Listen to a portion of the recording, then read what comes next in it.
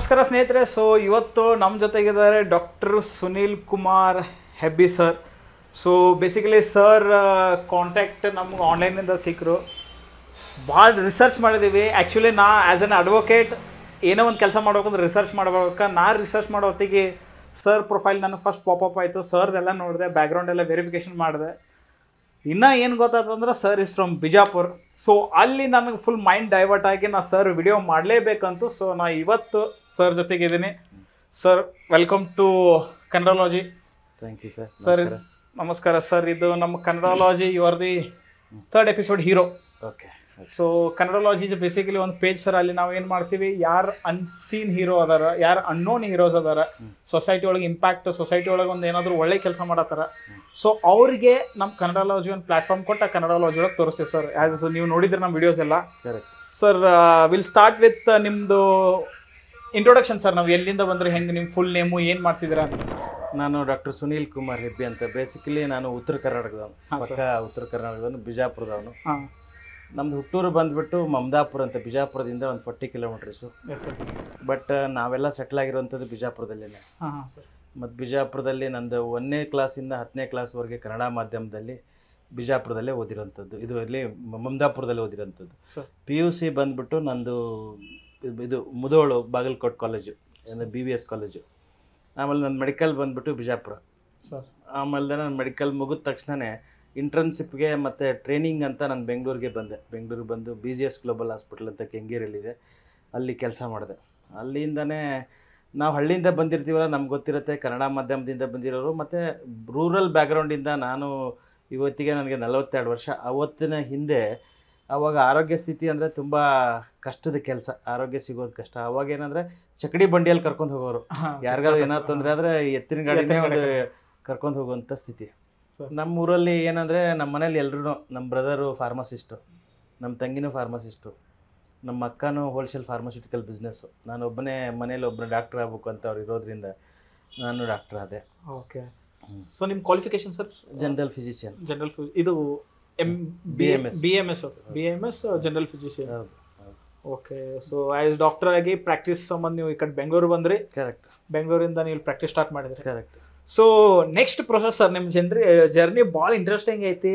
So ನೀವು ಯಾವ ಥರ BBMP ಒಳಗೆ ಹೋದ್ರಿ, ಅದೇ ಹೆಂಗೆ ಆಪರ್ಚುನಿಟಿ ನಿಮ್ಗೆ ಪಾಪಪ್ ಆಯಿತು? ಕರೆಕ್ಟ್. ಇಲ್ಲ, BBMPಗೆ ಹೋಗಿದ್ದು ನಾನು ಕೋವಿಡಲ್ಲಿ ತುಂಬ ಜನ ಡಾಕ್ಟರ್ಸ್ನ ಹೈಯರ್ ಮಾಡೋವಂಥದ್ದು. ಎಮರ್ಜೆನ್ಸಿಯಲ್ಲಿ ಕೋವಿಡ್ ವಾರ್ ಇದ್ದಾಗ, ಕೋವಿಡ್ ಪರಿಸ್ಥಿತಿಯಲ್ಲಿರುವಾಗ ನನ್ನನ್ನು BBMPಗೆ ತೊಗೊಂಡ್ರು. BBMPಯಲ್ಲಿ ಕೆಲಸ ಮಾಡ್ತಾಯಿದ್ದೆ ನಾನು ಈವ್ನಿಂಗ್ ಟೈಮಲ್ಲಿ, ನೈಟಲ್ಲಿ, ಅಂದರೆ ನೈಟ್ 9ಇಂದ ಬೆಳಗ್ಗೆ 9ವರೆಗೂ ಕೋವಿಡ್ ಡ್ಯೂಟಿ ಮಾಡ್ತಾಯಿದ್ದೆ. ಅದಕ್ಕೆ ಮುಂಚೆ ನಾನು BGSಲ್ಲಿ ಕೆಲಸ ಮಾಡ್ತಾ ಇರುವಾಗ ಒಂದು ಹೊಸೂರು ರೋಡಲ್ಲೇ ಒಂದು ಆಕ್ಸಿಡೆಂಟ್ ಆಗಿತ್ತು ಒಬ್ಬರಿಗೆ. ಆವಾಗ ನಾನು ಕಾರಲ್ಲಿರೋ ಫಸ್ಟ್ ಏಡಿಂದ ಟ್ರೀಟ್ ಮಾಡಿ ಅವತ್ತು ಡಾಕ್ಟರ್ ಆನ್ ವೀಲ್ಸ್ ಅಂತ ಕಾನ್ಸೆಪ್ಟನ್ನ ಶುರು ಮಾಡಿದೆ. ಅಂದರೆ ನನಗೇನು ಡಾಕ್ಟರ್ ಆನ್ ವೀಲ್ಸ್ ಅಂತ ಏನು ಕಾನ್ಸೆಪ್ಟ್ ಅಂತ ಏನಿಲ್ಲ, ಏನೋ ಯಾರಿಗೋ ಒಂದು ಪ್ರೈಮರಿ ಕೇರನ್ನು ಕೊಡೋತ್ರ ಹೆಲ್ಪ್ ಆಗುತ್ತೆ ಅದು ಅನ್ನೋಂಥದ್ದು. ಆ್ಯಸ್ ಯೂಶ್ವಲ್ ಜನರಲಿ ಯಾರು ಏನು ಮಾಡ್ತಾರೆ ಅದೇ ಥರನ ನಾನು ಸರ್ವಿಸ್ ಕೊಟ್ಟು ಹೋದೆ. ಬಟ್ ಅವತ್ತು ಅನ್ನಿಸ್ತು, ಕಾರಲ್ಲಿ ನನಗೊಂದು ಹಾಗೆ ದಿನ ಹೋದಂಗೆ ಒಂದೊಂದು medical ಎಕ್ವಿಪ್ಮೆಂಟ್ಸ್ನ, BP ಪಟಸು, ಗ್ಲೂಕೋಮೀಟ್ರು, thermometer, ECG machines, ಇದನ್ನೆಲ್ಲ ಸೆಟಪ್ ಮಾಡಿ ವೀಕೆಂಡ್ಸಲ್ಲಿ ಸ್ಯಾಟರ್ಡೆ ಸಂಡೇ ಬಂದರೆ ನಂದು ಹಾಸ್ಪಿಟಲ್ ರಜೆ ಇರುವಾಗ ಅಥವಾ ರಜೆ ಇದ್ದಾಗ ಈ ಥರದ್ದು ಮಾಡೋವಂಥದ್ದು ಒಂದು ಹಾಬಿ ಆಗಿ, ಒಂದು ಪ್ಯಾಷನ್ ಆಗಿ ಮಾಡ್ತಾಯಿದ್ದೆ. ಮಾಡ್ತಾ ಹೋದಂಗೆ ತುಂಬ ಜನಕ್ಕೆ ನಿಜವಾಗ್ಲೂ ತುಂಬ ಬೇಡಿಕೆ ಇದೆ. ಈಗ ಹೆಲ್ತ್ ಕೇರ್ ಸರ್ವಿಸಸ್ಸು ಅಫೋರ್ಡೆಬಲ್ ಆಗಬೇಕಾಗಿರೋಂಥದ್ದು. Health care should be a service, not hidden big business ಆಗಬಾರ್ದು. ಹೆಲ್ತ್ ಕೇರ್ ಅನ್ನೋಂಥದ್ದು ಬಿಸ್ನೆಸ್ ಆಗಿದೆ. ಬಿಕಾಸ್ ಮೆಡಿಕಲ್ ಎಜುಕೇಷನ್ನೇ ಬಿಸ್ನೆಸ್ ಆಗಿರುವಾಗ ಮತ್ತು ಹೆಲ್ತ್ ಕೇರು ಬಿಸ್ನೆಸ್ ಆಗೇ ಆಗುತ್ತೆ. ಹೀಗಾಗಿ ನನಗೇನು ಅನ್ನಿಸ್ತಂದರೆ, ಈ ಸರ್ವಿಸ್ ಮಾಡೋವಂಥದ್ದು ನಾನು ಮೊದಲಿಂದನೂ ಜನರಿಗೆ ಸೇವೆ ಮಾಡಬೇಕು, ಸರ್ವಿಸ್ ಮಾಡಬೇಕು, ಮತ್ತು ಜನಕ್ಕೆ ಸರ್ವಿಸ್ ಮಾಡಬೇಕು, ಸೇವೆ ಮಾಡೋದು ಅನ್ನೋಕ್ಕಿಂತ ಹೆಚ್ಚಾಗಿ ಮೊದಲು ನಾನು ಉದ್ಧಾರ ಆಗಬೇಕು. ಫಸ್ಟು ನಾನು ನೆಮ್ಮದಿಯಾಗಿ ಚೆನ್ನಾಗಿದ್ದು ಸಮಾಜಕ್ಕೆ ಮಾಡ್ಬೇಕನ್ನೋ ಅಂಥದ್ದು ಮನಸ್ಥಿತಿ ಇರೋಂಥದ್ದು. ಸಮಾಜಕ್ಕೆ ಮಾಡ್ಬೇಕಂತಲ್ಲ, ನಾವು ಚೆನ್ನಾಗಿದ್ದರೆ ಮಾತ್ರ ಸಮಾಜಕ್ಕೆ ಮಾಡೋಕ್ಕೆ ಸಾಧ್ಯ. ಫಸ್ಟು ನಮ್ಮನ್ನು ನಾವು ಏನಂದರೆ ನಮ್ಮ ಅಭಿವೃದ್ಧಿ, ನಮ್ಮ ಗುರಿ, ನಮ್ಮ ವಿಚಾರಗಳನ್ನು, ಯಾಕಂದರೆ ಹೊಟ್ಟೆ ತುಂಬಿದ ಮೇಲೆ ಮಾತ್ರ ನಾವು ಬೇರೆದು ಅಥವಾ ಇನ್ನೊಬ್ಬರಿಗೆ ಹೊಟ್ಟೆಗೆ ಹಾಕುವಂಥದ್ದು ಅಥವಾ ಇನ್ನೊಬ್ರಿಗೆ ಹೆಲ್ಪ್ ಮಾಡೋವಂಥದ್ದು ಬರುತ್ತೆ. ಮತ್ತು ಹೋಗ್ತಾ ನನಗೆ ಏನು ಅನ್ನಿಸ್ತಂದರೆ, ಇದು ತುಂಬ ಜನಕ್ಕೆ ಒಂದು 10 ರೂಪಾಯಿ 20 ರೂಪಾಯಿ basic medicines, BP medicine, sugar medicine ತೊಗೊಳ್ಳೋವಂಥ ಸ್ಥಿತಿಯಲ್ಲಿಲ್ಲ.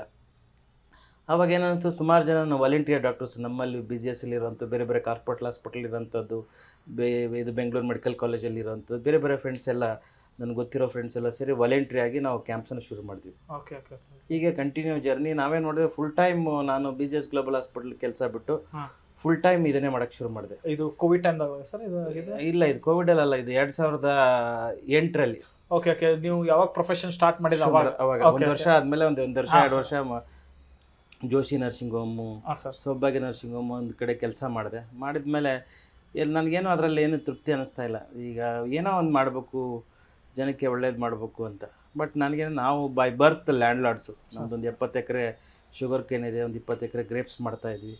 ಆರ್ಥಿಕವಾಗಿ ನಮಗೇನು ತೊಂದರೆ ಇಲ್ಲ, ನಮ್ಗೆ ಮೊದಲಿಂದನೂ ವಿ ಆರ್ ಲ್ಯಾಂಡ್ ಲಾರ್ಡ್ಸು. ಬಟ್ ಒಂದೇನಂದರೆ ನಮಗೆ ಲ್ಯಾಂಡ್ ಲಾರ್ಡ್ಸ್ ಇದ್ರೂ ಮಳೆ ಬಂದರೆ ಮಾತ್ರ ಬೆಳೆ ಆ ಥರದ್ದು ಇತ್ತು. ಇವಾಗ ಏನಂದರೆ ಈಗ ಪ್ರೆಸೆಂಟ್ಲಿ ಕಂಪ್ಲೀಟ್ಲಿ ಈಗ ಕೆರೆಗೆ ನೀರು ತುಂಬಿದ್ದಾರೆ. ಕೆರೆಗೆ ನೀರು ತುಂಬಿದ್ರಿಂದ ನಮ್ದು ಇಡೀ ಎಲ್ಲ ಜಮೀನು ಫುಲ್ ನೀರಾವರಿ, ಇರಿಗೇಷನ್. ಇದು ನೀರಿಗೇನು ಬರನೇ ಇಲ್ಲ. ಕೆರೆ 600 ಎಕರೆ ಕೆರೆ ಇದೆ ನಮ್ಮ ಜಮೀನು ಸುತ್ತ. ಒಂದು ಸರಿ ಕೆರೆ ತುಂಬಿಟ್ರೆ 3 ವರ್ಷ ನೀರಿದ್ದು ತೊಂದರೆನೇ ಆಗೋದಿಲ್ಲ. ಹಾಗಾಗಿ ಆರ್ಥಿಕವಾಗಿ ಏನೋ ತೊಂದರೆ ಇಲ್ಲ ಅಂದಾಗ ಮನುಷ್ಯನಿಗೆ ಸಮಾಜಮುಖಿ ಕೆಲಸ ಮಾಡೋದಕ್ಕೆ ಒಂದು ಪ್ರೋತ್ಸಾಹ ಆಗುತ್ತೆ. ಮತ್ತು ನನಗೂ ಜೀಲಿದೆ ಸಮಾಜದ ಬಗ್ಗೆ ಕನಿಕರ ಕಾಳಜಿ ಇರೋದಕ್ಕೆ. ಹೆಲ್ತ್ ಕೇರ್ ಅನ್ನೋಂಥದ್ದು ನಮ್ಮ ದೇಶದಲ್ಲಿ ಭಾಳ ಕಷ್ಟ, ಅದು ಅಷ್ಟು ಈಸಿಯಾಗಿ ಆಗಲ್ಲ. ಎಲ್ಲರೂ ನಾನೇನಂದರೆ ಅದನ್ನೇ ನನ್ನ ಕಾರನ್ನು ಹೇಳಿದಂಗೆ ಅದರ BP ಪಡಸು, ಗ್ಲುಕೋಮೀಟ್ರು, ಥರ್ಮೋಮೀಟ್ರ್ ಎಲ್ಲ ಇಟ್ಕೊಂಡು ಡಿಕ್ಕಿ ಸ್ಪೇಸಲ್ಲಿ ಮಾಡ್ತಾ ನನ್ನ ಬೇರೆ ಫ್ರೆಂಡ್ಸ್ ಇರೋವಂಥವ್ರು, ಇಲ್ಲ ಇದು ಕುರ್ಚಿ ನಿನಗೆ ಕಾರಲ್ಲಿ ಚೆನ್ನಾಗಿರುತ್ತೆ ನೋಡೋದು, ಈ ಚೇರು, ಎಲ್ಲರೂ ಒಂದೊಂದು ಡೊನೇಟ್ ಮಾಡೋಕ್ಕೆ ಶುರು ಮಾಡಿದ್ರು. ಅಂದರೆ ಪೋರ್ಟೇಬಲ್ ಆಗಿರುವಂಥದ್ದು ಟೇಬಲ್ ಕುರ್ಚಿನ ಅದು ತೊಗೊಂಡು ಶುರು ಮಾಡಿದ ತಕ್ಷಣವೇ ನನಗೆ ಈ government schools, old age homes, construction workers ಇಂಥವ್ರಿಗೆ ನಾವು ಜಾಸ್ತಿ economically weaker section of the ಸೊಸೈಟಿಗೆ ವಿದೌಟ್ ಎನಿ ಚಾರ್ಜಸ್ಸು. ನಮಗೇನಂದರೆ ಈ ಲೇಬರ್ಸ್ಗೆ ನಾವು ಮಾರ್ನಿಂಗ್ ಟೈಮಲ್ಲೇ ಬೆಳಗ್ಗೆ 6:30 7 ಗಂಟೆಗೆಲ್ಲ ಹೋಗಿ ಅವ್ರು ಲೇಬರ್ ಕಾಲನಿಯಲ್ಲಿ ಹೋಗಿ ಚೆಕ್ ಮಾಡ್ತಾಯಿದ್ವಿ. ಮತ್ತು ಇದನ್ನೆಲ್ಲ ನಾವು ಮಾಡೋದಕ್ಕೆ ಕಾರಣ ನಮಗೇನಂದರೆ ಈಗ ಒಂದು ಪ್ಯಾಷನ್ ಆಗಿದ್ದಾಗ ನಮಗೊಂದು ಪರ್ಪಸ್ ಇರೋದು, ಜೀವನಕ್ಕೆ ಏನಾದರೂ ಒಂದು ಗುರಿ ಬೇಕಲ್ಲ. ಮನುಷ್ಯನಿಗೆ ಎಲ್ಲ ದುಡ್ಡು ಹೆಸರು ಎಲ್ಲ ಬರುತ್ತೆ, ಎಲ್ಲನೂ ಇರುತ್ತೆ. ಆದರೆ ಬಟ್ ಒಬ್ಬ ಮನುಷ್ಯನಿಗೆ ಏನಾದರೂ ಮಾಡ್ಬೇಕಂದಾಗ ಜನರಿಗೆ ಆ ಸರ್ವಿಸ್ ಮಾಡ್ತಾ ಇರುವಾಗ ಒಂದು ಖುಷಿ, ಒಂದು ಸಮಾಧಾನ ಸಿಗ್ತಾಯಿತ್ತು. ಹೌದು. ಓಕೆ, ಸೊ ಈ ರೀತಿ ನೀವು ಬಂದರೆ, ಸೊ ಈ ಸಮಾಜ ಸೇವಾ ಮಾಡುವಾಗ ಸರ್ ನೀವು ಹೆಂಗೆ BBMP ಒಳಗೆ ಜಾಯ್ನ್ ಆದರೆ? ಅದು ನನಗೇನಂದರೆ ಕೋವಿಡ್ ಟೈಮಲ್ಲಿ ಕಾಲ್ ಫಾರ್ ಮಾಡಿದರು. ಏನಂದರೆ 2019-20ರಲ್ಲಿ ಕೋವಿಡ್ ಸೆಕೆಂಡ್ ವೇವಲ್ಲಿ. ಆವಾಗ ನನಗೆ ಜಾಯ್ನ್ ಆದೆ. ನಾನು ಜಾಯ್ನ್ ಆಗಿ ಅಲ್ಲಿನೂ 9 to 9 ಕೆಲಸ ಮಾಡ್ತಾಯಿದ್ದೆ. ಬೆಳಗ್ಗೆಗೆಲ್ಲ ನಾನು ಡಾಕ್ಟರ್ ಆನ್ ವೀಲ್ಸ್ ಮುಖಾಂತರ ಆಲ್ರೆಡಿ ನಾನು ಇಡೀ ದೇಶದಲ್ಲಿ around 193 medias covered my story. Okay, almost ಎಲ್ಲ ಚಾನಲ್ಸು, ನ್ಯಾಷನಲ್ಲು, ಇಂಟರ್ನ್ಯಾಷನಲ್ ಚಾನಲ್ಸು, BBC-ನೂ ನಮ್ಮದು ಸ್ಟೋರಿ ಮಾಡ್ತಾಯಿದ್ದೆ ನೆಕ್ಸ್ಟ್ ಮಂತಲ್ಲಿ. ಹೀಗಾಗಿ ಏನಂದರೆ ನಮ್ಮದು ಆ ಜನಕ್ಕೆ ರೀಚ್ ಆದಾಗ ತುಂಬ ಮೀಡಿಯಾದಲ್ಲಿ ನಾವು ಪಾಪ್ಯುಲಾರಿಟಿ ಇರೋದ್ರಿಂದ ಜನ ವಾಲಂಟ್ರಿಯಾಗಿ ಸಾಕಷ್ಟು ಜನ ಬಂದರು, ಸಪೋರ್ಟ್ ಮಾಡಿದರು. ನಮ್ಮದು ಗುರಿ ಇರೋದೇನೆಂದರೆ ಆ್ಯಸ್ ಅ ಡಾಕ್ಟರ್ ಆಗಿ ನಮ್ಮ ಡಾಕ್ಟರ್ ಆನ್ ವೀಲ್ಸ್ ಮುಖಾಂತರ ಜನಕ್ಕೆ ಪ್ರತಿದಿನ 80ರಿಂದ 100 ಜನಕ್ಕೆ ಫ್ರೀ ಆಫ್ ಕಾಸ್ಟಲ್ಲಿ basic medicines, doctor consultation, blood test, ಮತ್ತು ಇನ್ನು ಯಾರಿಗಾದರೂ ಸರ್ಜರಿ ಇದ್ದರೆ ಫ್ರೀ ಆಫ್ ಕಾಸ್ಟಲ್ಲಿ ಸರ್ಜರಿ ಮಾಡಿಸ್ತಾ ಇದ್ದೀವಿ. ಹೌದು. ಏನಂದರೆ ನಾವು ಟೈಅಪ್ ಆಗಿದ್ದೀವಿ. ಸಪ್ತಗಿರಿ ಹಾಸ್ಪಿಟಲ್ ಅಂತ ಒಂದಿದೆ ಇಲ್ಲಿ ಹೆಸರುಘಟ್ಟ ರೋಡಲ್ಲಿ, ಮತ್ತು ಕಿದ್ವಾಯಿ ಹಾಸ್ಪಿಟಲ್ ಅಂತಿದೆ, ವಾಣಿ ವಿಲಾಸ್ ಅಂತಿದೆ, ವಿಕ್ಟೋರಿಯಾ. ಈ ಹಾಸ್ಪಿಟಲ್ ಜೊತೆ ನಾವು ಟೈಅಪ್ ಆಗಿದ್ದೀವಿ. ಈಗ ರಾಮಯ್ಯ ಹಾಸ್ಪಿಟ್ಲ್ ಇದೆ, ಅಲ್ಲಿ ಅವ್ರ ಜೊತೆ ಅವ್ರದ್ದು ಡೀಮ್ಡ್ ಕಾಲೇಜಸ್ಸು, ಅವ್ರ ಮೆಡಿಕಲ್ ಕಾಲೇಜಸ್ ಅವ್ರು ನಮ್ಮ ಜೊತೆ ಟೈಅಪ್ ಆಗಿರೋದ್ರಿಂದ ಕಂಪ್ಲೀಟಾಗಿ ಫ್ರೀ ಆಫ್ ಕಾಸ್ಟ್ ಸರ್ಜರಿ. ಅವ್ರದ್ದು ಬರೀ ಒಂದು ಆಧಾರ್ ಕಾರ್ಡ್ ಇದ್ದರೆ ಅಥವಾ ಒಂದು ರೇಷನ್ ಕಾರ್ಡ್ ಇದ್ದರೆ ಫ್ರೀ ಆಫ್ ಕಾಸ್ಟನ್ನು ಮಾಡ್ತಾರೆ.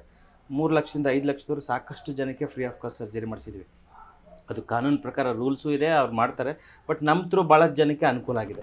ಬಿಟ್ಟರೆ ಯಾವಾಗ ಸರ್ ಕಂಪ್ಲೀಟ್ BBMP ಡಾಕ್ಟರ್? ನಾನು BBMPಗೆ ಜಾಯ್ನ್ ಆದಾಗ ನನಗೆ ಏನಂದರೆ ಅಲ್ಲಿನೂ ಹಾಗೇನೆ ಏನಂದರೆ ನಿಮ್ಮ ಸರ್ಕಾರಿ ಸಿಸ್ಟಮು ಕೊಲ್ಯಾಪ್ಸ್ ಆಗ್ಬಿಟ್ಟು ಹೆಲ್ತ್ ಕೇರ್ ಸಿಸ್ಟಮು. ಅಲ್ಲಿ ಏನಂದರೆ ಸುಮ್ಮನೆ ಸಂಬಳಕ್ಕೆ ಮಾತ್ರ ಕೆಲಸ ಬರ್ತಾರೆ. ಸಂಬಳ ನನ್ನ ಹಕ್ಕು, ಗೆಂಬಳ ನನ್ನ ತಾಕತ್ತು ಅಂತ ಲಂಚ ಹೊಡ್ಕೊಂಡು ಮಜಾ ಮಾಡ್ಕೊಂಡಿರುವಂಥದ್ದೇ ಆರೋಗ್ಯ ವ್ಯವಸ್ಥೆ ಇರೋಂಥದ್ದು. ಎಲ್ಲಾದರೂ ಅಷ್ಟೇ. ನನಗೆ ಕರಪ್ಷನ್ ಬಗ್ಗೆ, ಈ ಭ್ರಷ್ಟಾಚಾರ ಕಂಡ್ರೆ ನನಗೆ ಆಗೋದೇ ಇಲ್ಲ. ಸರಿನ ಸರಿ, ತಪ್ಪನ ತಪ್ಪು ಅಂತ ಹೇಳದೇ ಇದ್ದರೆ ನಾವು ತಪ್ಪಿಸ್ತರಾಗ್ಬಿಡ್ತೀವಂತ ಆತ್ಮಸಾಕ್ಷಿಗೆ ನಮ್ಮ ಮನಸ್ಸಿಗೆ ನಾವು ಆದ್ರೂ ಅಟ್ಲೀಸ್ಟು ಸಮಾಜ ಬಡಿ ಏನಾಗುತ್ತೋ ಬಿಡುತ್ತೋ ಅದು ಎರಡನೇ ಮಾತು. ಬಟ್ ಆತ್ಮಸಾಕ್ಷಿಗೆ ನಮ್ಮ ಪರ್ಪಸ್ ಏನಿದೆ, ನಮ್ಮ ಗುರಿ ಏನಿದೆ ಹೇಳೋದಾಗ ನನಗೇನೋ ಅಲ್ಲಿ ಒಂಥರ ಸೆಟಪ್ ಸರಿ ಆಗಲಿಲ್ಲ. ಅಲ್ಲಿ ಸೆಟಪ್ ಮಾಡೋದಕ್ಕಿಂತ ಕೋವಿಡ್ ಸೆಂಟ್ರ್ ಸೆಟಪ್ ಮಾಡೋದಕ್ಕೆ 2-3 ತಿಂಗಳು ಟೈಮ್ ತೊಗೋತಾಯಿದ್ರು. ಓಕೆ, ಎಮರ್ಜೆನ್ಸಿ ಇದೆ, ಜನ ಪೀಕಲ್ಲಿ ಇದ್ದಾರೆ ಅಂದ್ರೂ ಸರ್ಕಾರಿ ವ್ಯವಸ್ಥೆ ಕುಂಟುತ್ತಾ ತೆರಳುತ್ತಾ ನಡೀತಾನೆ ಇತ್ತು. ಹಾಗಾಗಿ ನಾನು ಅಲ್ಲಿಂದ ರೆಸಿಗ್ನೇಷನ್ ಕೊಟ್ಟು ಬಂದು ಫುಲ್ ಟೈಮ್ ನಾನಲ್ಲಿ BGS ಬಿಟ್ಟೆ, ಅದು ಬಿಟ್ಟೆ ಎಲ್ಲ ಬಿಟ್ಟು ಫುಲ್ ಟೈಮ್ ಆಗಿ ನನ್ನದೇ ಒಂದು ಕ್ಲಿನಿಕ್ಕು, ಇಲ್ಲಿ ಒಂದು ಕ್ಲಿನಿಕ್ ಮಾಡ್ತಾಯಿದ್ದೆ, ಡಾಕ್ಟರ್ ಹೆಬ್ಬೀಸ್ ಕ್ಲಿನಿಕ್ ಅಂತ. ಇಲ್ಲಿ ನಾನು 9 to 5 ಇರ್ತೀನಿ. ಮತ್ತು ಈವ್ನಿಂಗು ಇದು 9 to 5 ನಮ್ಮ ಬೇರೆ ಡಾಕ್ಟರ್ಸ್ ಇರ್ತಾರೆ. ನಾನು 6 ಗಂಟೆಯಿಂದ 9 ಗಂಟೆ ಮಾತ್ರ ಕ್ಲಿನಿಕಲ್ಲಿ ಇರ್ತೀನಿ. Okay okay okay full time ಬೆಳಗ್ಗೆ ನಾವು government schools old age homes construction workers. So daily ನಿಮ್ದು ರೂಟೀನ್ ಯಾವ ಥರ ಸರ್? ಬೆಳಗ್ಗೆ ಎದ್ದ ತಕ್ಷಣ ನಮ್ಮದು ನಾವೇನಂದರೆ ಈ old age homes construction workers ಲೇಬರ್ಸನ್ನು ನಾವು ಅಡಾಪ್ಟ್ ಮಾಡ್ಕೊಂಡಿದ್ವಿ ಫಾರ್ ದಿ ಪರ್ಪಸ್ ಆಫ್ 1 ಇಯರ್ಗೆ ಕಂಪ್ಲೀಟ್ ಸರ್ವಿಸು. ಪ್ರೈಮರಿ ಕೇರ್ನ ಅಂದರೆ doctor consultation, basic medicines, basic blood test, follow ಅಪ್ಪನ್ನು ಮಾಡ್ತೀವಿ ಫುಲ್ ಫ್ರೀ ಆಫ್ ಕಾಸ್ಟಲ್ಲಿ. ನಮ್ಮ ಜೊತೆ ಬೇರೆ ಬೇರೆ ರೋಟ್ರಿ ಕ್ಲಬ್ಸು, ಲಯನ್ಸ್ ಕ್ಲಬ್ಸು, ಬೇರೆ ಬೇರೆ NGOಗಳು ಟೈಅಪ್ ಆಗಿ ನಾವು ಹೋಗಿ ಜಾಯಿಂಟ್ ವೆಂಚರಲ್ಲಿ ಕ್ಯಾಂಪ್ಸನ್ನ ಮಾಡೋಕ್ಕೆ ಶುರು ಮಾಡ್ತಾಯಿದ್ವಿ. ಸುಮಾರು ಜನ ನಮ್ಮ ಜೊತೆ 370 ಜನ ಮೆಡಿಕಲ್ ವಾಲಂಟಿಯರ್ ಡಾಕ್ಟರ್ಸ್ ಇದ್ದಾರೆ, ಸ್ವಯಂ ಸೇವಕರು. ಇಷ್ಟು ವರ್ಷದಲ್ಲಿ ಬೇರೆ ಬೇರೆ ಡಾಕ್ಟರ್ಸು, ಬೇರೆ ಬೇರೆ ಪಿಡಿಯಾಟ್ರಿಷನ್ನು, ಕಾರ್ಡಿಯಾಲಜಿಸ್ಟು, ಮತ್ತು ಗೈನಕಾಲಜಿಸ್ಟು, ಜನರಲ್ ಮೆಡಿಸಿನ್ನು, ಭಾಳಷ್ಟು ಜನ ಡಾಕ್ಟರ್ಸು ವಾಲಂಟ್ರಿಯಾಗಿ ನಾವೇನಾದರೂ ಸಮಾಜಕ್ಕೆ ಮಾಡಬೇಕನ್ನೋ ಉದ್ದೇಶದಿಂದ ನಮ್ಮ ಜೊತೆನೂ ಕೈ ಜೋಡಿಸಿದ್ದಾರೆ. Without any expectations. ಭಾಳ ಜನ ಏನಂತಾರೆ, ನಾನು ಲೀಡ್ ಮಾಡ್ತಾ ಇದ್ದೀನಿ ಅಥವಾ ನಮ್ಮ ಆರ್ಗನೈಸೇಷನ್ ಇದೆ ನಮ್ಮದನ್ನ ಮಾತೃಶ್ರೀ ಫೌಂಡೇಶನ್ ಅಂತ 2008ರಲ್ಲೇ ನಾನು ಹುಟ್ಟಾಕಿರೋಂಥದ್ದು ಸಂಸ್ಥೆ. ಅದನ್ನು ಸಮಾಜಕ್ಕೆ ಏನಾದರೂ ಮಾಡ್ಬೇಕಂತ ನಾನು PU ಅಲ್ಲಿ ಇರುವಾಗಲೇ ಅದನ್ನು ಆರ್ಗನೈಸೇಷನ್ ಹುಟ್ಟಾಕಿರೋಂಥದ್ದು. ಆದರೆ ಅವಾಗೇನೂ ಮಾಡ್ತಾ ಇರಲಿಲ್ಲ, ನಂದು ಡಿಗ್ರಿ ಮುಗಿದ್ಮೇಲೆ ನಾನು ಶುರು ಮಾಡಿರೋಂಥದ್ದು. ಹಾಗಾಗಿ ನಾವು ಏನೇ ಇಷ್ಟೆಲ್ಲ ಕೆಲಸ ಮಾಡಿದ್ವಿ, ಇದುವರೆಗೆ ನಾವು 800 ಕ್ಯಾಂಪ್ಸನ್ನು ಮಾಡಿದ್ವಿ. 1,20,000 ಜನಕ್ಕೆ ಫ್ರೀ ಆಫ್ ಕಾಸ್ಟಲ್ಲಿ ಟ್ರೀಟ್ಮೆಂಟ್ ಕೊಟ್ಟಿದ್ವಿ. ಅದೆಲ್ಲ ನಮ್ಮ ಓನ್ ಹಾರ್ಡ್ ಅರ್ನ್ ಮನಿಯಿಂದ. ಹಾಗೆ 1,20,000 800 ಕ್ಯಾಂಪ್ಸನ್ನು ಮಾಡಿದ್ವಿ. ಇನ್ನೂ ಸಾಕಷ್ಟು. ನನ್ನ ಗುರಿ ಇರೋಂಥದ್ದು 1 million patient before I dye. ನಾನು ಸಾಯೋಕ್ಕಿಂತ ಮೊದಲು 1 ಮಿಲಿಯನ್ ಪೇಷಂಟ್ನ ಟ್ರೀಟ್ ಮಾಡ್ಬೇಕನ್ನೋಂಥದ್ದು ಗುರಿ. ಮತ್ತು ಈ ದೇಶದಲ್ಲಿ ನನಗೇನಾದರೂ ವಿಷ್ ಅಂತ ನನ್ನ ಕನಸು ಏನಾದರೂ ಇದ್ದರೆ, ನನಗೆ ವೈಯಕ್ತಿಕವಾಗಿ ಏನೂ ಕನಸಿಲ್ಲ. ಈ ಸಮಾಜದಲ್ಲಿ ಪ್ರತಿಯೊಬ್ಬ ವ್ಯಕ್ತಿಗೂ ₹1 ಹಿಡಿದು 1 ಕೋಟಿವರೆಗೂ ಫ್ರೀ ಆಫ್ ಕಾಸ್ಟಲ್ಲಿ ಹೆಲ್ತ್ ಕೇರ್ ಸಿಗಬೇಕು. Health care should be a service. Health care ಅನ್ನೋದು human fundamental right. Cuba, Canada, Germany, Philippines ಅಂತ ದೇಶಗಳಲ್ಲಿ ಫ್ರೀ ಆಫ್ ಕಾಸ್ಟಲ್ಲಿ ಸಿಗುತ್ತೆ. UK ಅಲ್ಲಿ ₹1 ಹಿಡಿದು 1 ಕೋಟಿವರೆಗೂ ಫ್ರೀ ಆಫ್ ಕಾಸ್ಟಲ್ಲಿ ಸಿಗುತ್ತೆ. ಅಲ್ಲಿ ಪ್ರೈವೇಟ್ ಹಾಸ್ಪಿಟ್ಲೇ ಇಲ್ಲ, ಅಲ್ಲಿ ಎಲ್ಲ ಗೌರ್ಮೆಂಟ್ ಹಾಸ್ಪಿಟ್ಲೇ. ಅಲ್ಲಿರೋ ಸಿಟಿಸನ್ಸ್ಗೆ ಸರ್ಕಾರನೇ ನೋಡ್ಕೊಳ್ಳುತ್ತೆ. ನಮ್ಮ ದೇಶದಲ್ಲಿ ಆಗಿಲ್ಲ. ನಮ್ಮ ದೇಶದಲ್ಲಿ ಪ್ರತಿ ವರ್ಷ 24 ಲಕ್ಷ ಜನ ಗುಣಮುಖವಾಗುವ ಕಾಯಿಲೆಯಿಂದ ಸತ್ತೋಗ್ತಾರೆ, ಅಂಡರ್ ಟ್ರೀಟೇಬಲ್ ಕಂಡೀಷನ್ಸು. ಅದಕ್ಕಾಗಿ ಅಟ್ಲೀಸ್ಟ್ ಬೀಯಿಂಗ್ ಎ ಡಾಕ್ಟರ್ ಆಗಿ ನಾವು ಏನು ಮಾಡ್ತೀವಿ, ಸರ್ಕಾರ ಮಾಡುತ್ತೋ ಇನ್ನು ಯಾರೋ ಮಾಡ್ತಾರೋ, ನಮ್ಮ ರೆಸ್ಪಾನ್ಸಿಬಿಲಿಟಿ ಏನು, ಇಂಡಿವಿಜುವಲ್ ಸೋಷಿಯಲ್ ರೆಸ್ಪಾನ್ಸಿಬಿಲಿಟಿ ಏನು, ಅದಕ್ಕಾಗಿ ಮಾಡ್ತೇವೆ. ಸಮಾಜಕ್ಕೆ ಸೇವೆ ಮಾಡ್ತೀವಿ ಅನ್ನೋದಕ್ಕಿಂತ ಹೆಚ್ಚಾಗಿ ನಮ್ಮ ಆತ್ಮತೃಪ್ತಿಗಾಗಿ, ನಮ್ಮ ಮನಸ್ಸಿಗೆ ಸಮಾಧಾನಕ್ಕೆ ಮಾಡ್ತಾ ಇರೋದು. ಏನೋ ಸಮಾಜನ ಬದಲಾಯಿಸ್ಬಿಡ್ತೀವಿ, ಬದಲಾಗುತ್ತೆ ಅಂತ ನಾನು ಹೇಳ್ತಾ ಇಲ್ಲ. ನಮ್ಮ ಕೈಯಿಂದ ಬದಲಾಗಕ್ಕೆ ಸಾಧ್ಯ ಇದೆಯಾ, ನಾನು ಬದಲಾಗಕ್ಕೆ ಸಾಧ್ಯ ಇದೆಯಾ, ನನ್ನಿಂದ ಏನಾದರೂ ಆಗುತ್ತಾ ಅನ್ನೋದೇ ಇಂಪಾರ್ಟೆಂಟ್ ಆಗಿದೆ. ಹಾಗಾಗಿ ನನಗೇನಾದರೂ ತುಂಬ ಜನ ಸಪೋರ್ಟ್ ಮಾಡ್ತಾರಂತ ವಾಲಂಟ್ರಿಯಾಗಿ. ಈಗ ನಾನು ಕೇಳ್ತಾ ಇರೋದು, ನಮ್ಮದೊಂದಿಷ್ಟು ಗ್ಯಾಪ್ ಆಗಿತ್ತು, ಈಗ ನಾವು ಶುರು ಮಾಡಿದ್ವಿ. ಈಗ ಡಾಕ್ಟರ್ ಆನ್ ವೀಲ್ಸ್ ಮುಖಾಂತರ ಸೀನಿಯರ್ ಸಿಟಿಸನ್ಸ್ಗೆ ಲೋ ಕಾಸ್ಟಲ್ಲಿ, ಈಗ ಅವರು ಮಕ್ಕಳು, ಮೊಮ್ಮಕ್ಕಳು ಅಥವಾ ಅವ್ರ ರಿಲೇಟಿವ್ಸು, ಅವರು ಸೀನಿಯರ್ಸ್, ಅವ್ರು ಇಲ್ಲೇ ಇರ್ತಾರೆ, ಅವ್ರು ಯಾರೋ US ಬೇರೆ ಬೇರೆ ಕಂಟ್ರಿಗೆ, ಬೇರೆ ದೇಶಕ್ಕೆ ಹೋಗಿರ್ತಾರೆ. ಅಂಥವ್ರು ನಾವು 92 ಜನ ಸೀನಿಯರ್ ಸಿಟಿಸನ್ನ ಅಡಾಪ್ಟ್ ಮಾಡ್ಕೊಂಡಿದ್ವಿ. ಏನಂದರೆ ಅವ್ರಿಗೆ ಕಡಿಮೆ ಕಾಸ್ಟಲ್ಲಿ ಹೋಮ್ ವಿಸಿಟ್ನ, ಅವ್ರಿಗೆ ಡಾಕ್ಟರ್ ಕನ್ಸಲ್ಟೇಷನು, ಬೇಸಿಕ್ ಮೆಡಿಸಿನ್ಸು ಹೋಗೋದು ನಮ್ಮ ಗಾಡಿ ಮುಖಾಂತರ. ಆಗ ವ್ಯಾನ್ ಇದೆ, ನಿಮ್ಗೆ ತೋರಿಸ್ತೀನಿ. ಆ ವ್ಯಾನಲ್ಲಿ ಎಲ್ಲ ಇದೆ, ECG ಮಷಿನ್ ಇದೆ, BP ಹೊಸ ವ್ಯಾನ್ ಇದೆ. ನಾವು ಹೋಗಿ ಅವ್ರಿಗೆ ಸರ್ವಿಸ್ ಕೊಡೋವಂಥದ್ದು. ಯಾರಿಗೆ ಇದು ಮಿಡ್ಲ್ ಕ್ಲಾಸ್ ಇರೋಂಥವ್ರು ಅಥವಾ ರಿಚ್ ಕ್ಲಾಸ್ ಇರೋಂಥವ್ರಿಗೆ. ಮತ್ತು Saturday Sunday free of cost ಎಲ್ರಿಗೂ. ನಾವು ಯಾವ ಅಡಾಪ್ಟ್ ಮಾಡ್ಕೊಂಡಿಲ್ಲ ಅದಕ್ಕೆ. ನಾವು Monday to Friday doctor consultation, doctor on wheels ಮುಖಾಂತರ ನಾನೊಬ್ಬನು ಇರ್ತೀನಿ, ಇನ್ನೊಬ್ಬರು ಸ್ಟಾಫ್ ನರ್ಸ್ ಇರ್ತಾನೆ, ನಮ್ಮ ಜೊತೆ ಇನ್ನೊಬ್ಬರು ಡ್ರೈವರ್ ಇರ್ತಾನೆ. 3 ಜನ ನಾವು ಕಂಟಿನ್ಯೂ ಆಗಿ ಪ್ರತಿದಿನ ಕನಿಷ್ಠ ಅಂದರೂ ಒಂದು 8 ರಿಂದ 10 ಜನ ನಮಗೆ ಅಪಾಯಿಂಟ್ಮೆಂಟ್ ಇರ್ತಾವೆ ಹೋಗೋದಕ್ಕೆ. ಅದಕ್ಕಾಗಿ ಯಾರಾದರೂ ನಮ್ಮನ್ನು ಅಪ್ರೋಚ್ ಮಾಡಬೇಕಾಗಿದ್ರೆ ಅವರು ಅಡ್ವಾನ್ಸ್ ಆಗೇ ನಮಗೆ ಕಾಲ್ಗೆ ಬುಕ್ ಮಾಡಿದರೆ ಮಾತ್ರ ಹೋಗೋಕ್ಕಾಗುತ್ತೆ. ಯಾಕಂದರೆ ನಿನ್ನೆ ಇವತ್ತು ಹೇಳಿದರೆ ನಾವು ನಾಳೆಗೆ ಹೋಗೋದು. ಅಂದರೆ ಬುಕ್ ಮಾಡಿ ಈ ಥರ ಹಿಂಗಿದೆ ಸರ್ ಬರಬೇಕು ನಮ್ಮ ಮನೆಗೆ. ಅಂದರೆ ಅವರು ಸೀನಿಯರ್ ಸಿಟಿಸನ್ಸ್ ಆಗಿದ್ದರು, ಮತ್ತು ಮಕ್ಕಳಾಗಿದ್ದರು, ಡಿಸೇಬಲ್ಡ್ ಆಗಿದ್ರು, ಅಥವಾ ಫಿಸಿಕಲಿ ಚಾಲೆಂಜ್ ಇದ್ದರೆ ಅಂಥವ್ರಿಗೆ ನಾವು ಮನೆಗೆ ಹೋಗಿ ಸರ್ವಿಸ್ನ ಕೊಡೋಕ್ಕೆ ಶುರು ಮಾಡಿದ್ವಿ. Okay sir. ಯಾಕಂದರೆ ಈಗ ಮೊಬೈಲ್ ಕ್ಲಿನಿಕ್ ಅನ್ನೋದು ಕಾನ್ಸೆಪ್ಟ್ ಭಾಳ ಯೂನಿಕ್ ಐತಿ. ಯಾಕಂದ್ರೆ ಒಬ್ಬರು ಡಾಕ್ಟರ್ ಅವ್ರದ್ದು ಪ್ರೊಫೆಷನ್ ಕೋವಿಡ್ನಾಗಂತೂ ಸ್ಪೆಷಲಿ ಸರ್ ನಾ ಹೇಳ್ಬೇಕಂದ್ರೆ ಜಾಬ್ ಇಲ್ಲಿ ಮಂದಿಗೆ ಹೌದು ಇದ್ದು ಜಾಬ್ ಕಳ್ಕೊಂಡವ್ರ. ನೀವು ಕೈಯಾಗ ಅವ್ರು ಹೊರಗೆ ಹಾಕ್ಯಾರ, ನೀವು ನೀವು ಬಿಟ್ಟು ಬಂದಿರಿ ಗೌರ್ಮೆಂಟ್ ಜಾಬ್. ಅದು ನಿಮ್ಗೆ ವೆಲ್ ಪೇಯಿಂಗ್ ಅನ್ಕೊಂತೀನಿ ನಾ. ಆ ಟೈಮ್ದಾಗ ಆಸ್ ಎ ಡಾಕ್ಟರ್ ಆಗಿ ನೀವು ಗೌರ್ಮೆಂಟ್ ಸರ್ವಿಸ್ ಮಾಡತ್ತಿದ್ರಿ. ಸೊ ಆ ಟೈಮ್ದಾಗ ನೀವು ಬಿಟ್ಟು ಬಂದ್ರಿ. ಸೊ ಸರ್, ಈಗ ನಿಮ್ಮ ತಲೆ ಒಳಗೆ ಹೆಂಗೈತಿ 1 ಮಿಲಿಯನ್ ಪೇಷಂಟ್ ನೀವು ಟ್ರೀಟ್ ಮಾಡ್ಬೇಕು ನಿಮ್ಮ ಮೊಬೈಲ್ ಕ್ಲಿನಿಕ್ಕಿಂದ. ಈಗ ಅಪ್ಕಮಿಂಗ್ ಜನ್ರೇಷನ್ ಏನದಾರ, MBBS ಮಾಡೋರು, BAMS ಮಾಡೋರು, ಡೆಂಟ್ರಿ, ಒಟ್ಟು ಡಾಕ್ಟ್ರೇಟ್ ಫೀಲ್ಡ್ ಒಳಗೆ ನನ್ನ ಪ್ರಕಾರ, ನನ್ನ ಎಕ್ಸ್ಪೀರಿಯನ್ಸ್ ಕೇಳಿದ್ರಂದ್ರೆ ಸರ್, ನಮ್ಮ ಫ್ರೆಂಡ್ಸ್ ಅದಾರ ಒಂದು ಸ್ವಲ್ಪ ಅವ್ರದ್ದು ಮೈಂಡ್ಸೆಟ್ ಓದ್ಯಾರ ಮಾಡ್ಯಾರ, ಒಬ್ಬೊಬ್ರು ಸೀಟ್ ತೊಗೊಂಡಾರ, ಒಬ್ರು ಪೇಮೆಂಟ್ ಸೀಟ್ ತೊಗೊಂಡಾರ. ಅವ್ರದ್ದು ಮೈಂಡ್ ಸೆಟ್ ಬರೇ ದುಡ್ಡು, ರೊಕ್ಕ ಮಾಡ್ಬೇಕು. ಆಸ್ ಎ ಡಾಕ್ಟರ್ ಆಗಿ ನಾ ಇಷ್ಟು ರೊಕ್ಕ ಮಾಡ್ಬೇಕು. ಒಬ್ಬ ಅಂದ್ರೆ ನಂಗೆ ಫುಲ್ ಕ್ಲಿಯರ್ ಹೇಳ್ಬಿಟ್ಟನ್ರಿ, ನಾ ಬರೇ ನಂದು ಇದು ಮುಗಿಲಿ, ಡಾಕ್ಟರ್ಗೆ ಮುಗಿದಾದ್ಮೇಲೆ ನಾ ಫುಲ್ ಪೇಷಂಟ್ಗೆ ಅಷ್ಟು ಚಾರ್ಜ್ ಮಾಡ್ತೀನಿ, ಇಷ್ಟು ಚಾರ್ಜ್ ಮಾಡ್ತೀನಿ, ಒಟ್ಟು ರೊಕ್ಕ ಮಾಡ್ಕೋತೀನಿ, ಹಂಗೆ ಹಿಂಗೆ. ಸೊ ಸರ್, ಈಗ ಅಪ್ಕಮಿಂಗ್ ಜನರೇಷನ್ ನೀವು ಏನು ಹೇಳಕ್ಕೆ ಇಷ್ಟಪಡ್ತೀವಿ ಸಮಾಜಕ್ಕೆ ಒಂದು ಒಳ್ಳೆ ಮಾಡಿ? ಈಗ ನಾನು ಹೇಳುವಂಥದ್ದು ಏನಂದರೆ, ಪ್ರತಿಯೊಬ್ಬ ಡಾಕ್ಟರಿಗೂ ಸೋಷಿಯಲ್ ರೆಸ್ಪಾನ್ಸಿಬಿಲಿಟಿ ಅಂತ. ಸಮಾಜಕ್ಕೆ ಹುಟ್ಟಿದ್ದೀರಂದರೆ ಸಮಾಜಕ್ಕೆ ಒಂದು ಜವಾಬ್ದಾರಿ ಇರಬೇಕು, ಒಂದು ಪರ್ಪಸ್ ಇರಬೇಕು. ಅಟ್ಲೀಸ್ಟು ನಿಮ್ಮ ಕ್ಲಿನಿಕಲ್ಲಿ ದಿನ ಚಾರ್ಜಸ್ ಮಾಡಿ, ಏನು ತೊಂದರೆ ಇಲ್ಲ. ಅಟ್ಲೀಸ್ಟ್ ವಾರದಲ್ಲಿ ಒಂದು ದಿನ ಆದರೂ ಫ್ರೀಯಾಗಿ ಮಾಡಿ, ಇಲ್ಲ ಪೇಷಂಟ್ಸ್ಗೆ 1-5 ಪೇಷಂಟ್ಗೆ ಫ್ರೀ ಮಾಡಿ, ನಿಮ್ಮ ಆತ್ಮತೃಪ್ತಿಗಾಗಿ ಮಾಡಿ. ಸಮಾಜಕ್ಕೆ ನಿಮ್ಮದೇ ಆದಂಥ ಒಂದು ಕೊಡುಗೆ ಕೊಡಿ. ಈಗ ಡಾಕ್ಟ್ರು ಎಲ್ಲನೂ ಫ್ರೀಯಾಗಿ ಮಾಡೋಕ್ಕಾಗಲ್ಲ, ಯಾಕಂದ್ರೆ ಅವರು ಮೆಡಿಕಲ್ ಸೀಟನ್ನು ಕೋಟಿ ಯಾವುದೋ MLA MP ಮಿನಿಸ್ಟರ್ ಮೆಡಿಕಲ್ ಕಾಲೇಜಲ್ಲಿ ತೊಗೊಂಡಿರ್ತಾನೆ. 1-1.5 ಕೋಟಿ ಆಗಿರುತ್ತೆ ಒಂದು ಡಿಗ್ರಿ ಮುಗಿಸ್ಬೇಕಾದ್ರೆ, ಮೆಡಿಕಲ್ ಸೀಟ್ ಸಿಗ್ಬೇಕಾದ್ರೆ. ಹಾಗಾಗಿ ನಾನು ಎಲ್ಲನೂ ಫ್ರೀ ಮಾಡಿ ಅಂತ ಹೇಳಲ್ಲ, ಮಾಡೋಕ್ಕೂ ಆಗಲ್ಲ. ಬಿಕಾಸ್ ಯಾಕಂದ್ರೆ ಅವ್ರಿಗೇನು ಫ್ರೀ ಆಫ್ ಕಾಸ್ಟ್ ಅಲ್ಲಿ ಎಲೆಕ್ಟ್ರಿಸಿಟಿ ಸಿಗಲ್ಲ, ಅವ್ರಿಗೆ ಸಿಗಲ್ಲ. ಹೀಗಾಗಿ ಅಟ್ಲೀಸ್ಟ್ ನಿಮ್ಮ ಆತ್ಮತೃಪ್ತಿಗಾಗಿ, ನಿಮ್ಮ ಜವಾಬ್ದಾರಿ, ನೀವು ಯಾರೋ ಅಸಹಾಯಕರಿದ್ದಾರೆ, ಬಡವರು ಇದ್ದಾರೆ ಅಂತ ಅವ್ರು ಹೆಲ್ಪ್ ಮಾಡಿದ್ರೆ ನಿಮಗೂ ಖುಷಿ ಇರುತ್ತೆ. ನಿಜವಾಗ್ಲೂ ಸೇವೆ ಮಾಡಿದಾಗ ಅದರಲ್ಲಿ ಖುಷಿ ಎದರಲ್ಲೂ ಸಿಗಲ್ಲ ಸರ್. ಇದೊಂಥರ ಎಡಿಕ್ಷನ್. ಇದು ನಮಗೆಲ್ಲ ಅಡಿಕ್ಟೆಡ್, ನಾವೆಲ್ಲ ಇದಕ್ಕೆ. ಇದೊಂಥ ಸಮಾಜ ಸೇವೆ ಮಾಡೋದೇ ಒಂದು ಎಡಿಕ್ಷನ್. ಅದರಲ್ಲಿರೋ ಸುಖ ಎದರಲ್ಲೂ ಸಿಗಲ್ಲ ಸರ್. ಎಲ್ಲ ಮನಸ್ಸಿಗೆ ಆತ್ಮತೃಪ್ತಿ ಮತ್ತು ಸೆಲ್ಫ್ ಸ್ಯಾಟಿಸ್ಫ್ಯಾಕ್ಷನ್ಗೋಸ್ಕರ ಏನಾದರೂ ಮಾಡಬೇಕು. ಸಮಾಜ ಏನನ್ನತ್ತೆ, ಸಮಾಜ ಏನು ಅನ್ನಲ್ಲ, ಅದೆಲ್ಲ ಮ್ಯಾಟ್ರೇ ಆಗೋದಿಲ್ಲ. ನಾವೇನು ಅಂತೀವಿ, ನಮಗೇನು ಅನಿಸುತ್ತೆ, ನಮ್ಮ ಗುರಿ ಏನು, ನಮ್ಮ ಪರ್ಪಸ್ ಏನು, ನಮ್ಮ ವಿಷನ್ ಏನು, ನಮ್ಮ ಮಿಷನ್ ಏನು ಅನ್ನೋದು ಗೊತ್ತಿರಬೇಕು ಕ್ಲಿಯರಾಗಿ. ನನಗೇನಾದ್ರು ಈ ದೇಶದಲ್ಲಿ ನಾನೊಬ್ಬ ಡಾಕ್ಟ್ರಾಗಿ ಜನಕ್ಕೆ ಎಷ್ಟು ಸರ್ವಿಸ್ನ ಮಾಡ್ಬೋದು. ಈ ಸರ್ಕಾರ, ನಾನು 2 ಬಾರಿ MLAಕ್ಕೂ ಕಂಟೆಸ್ಟ್ ಮಾಡಿದ್ದೀನಿ.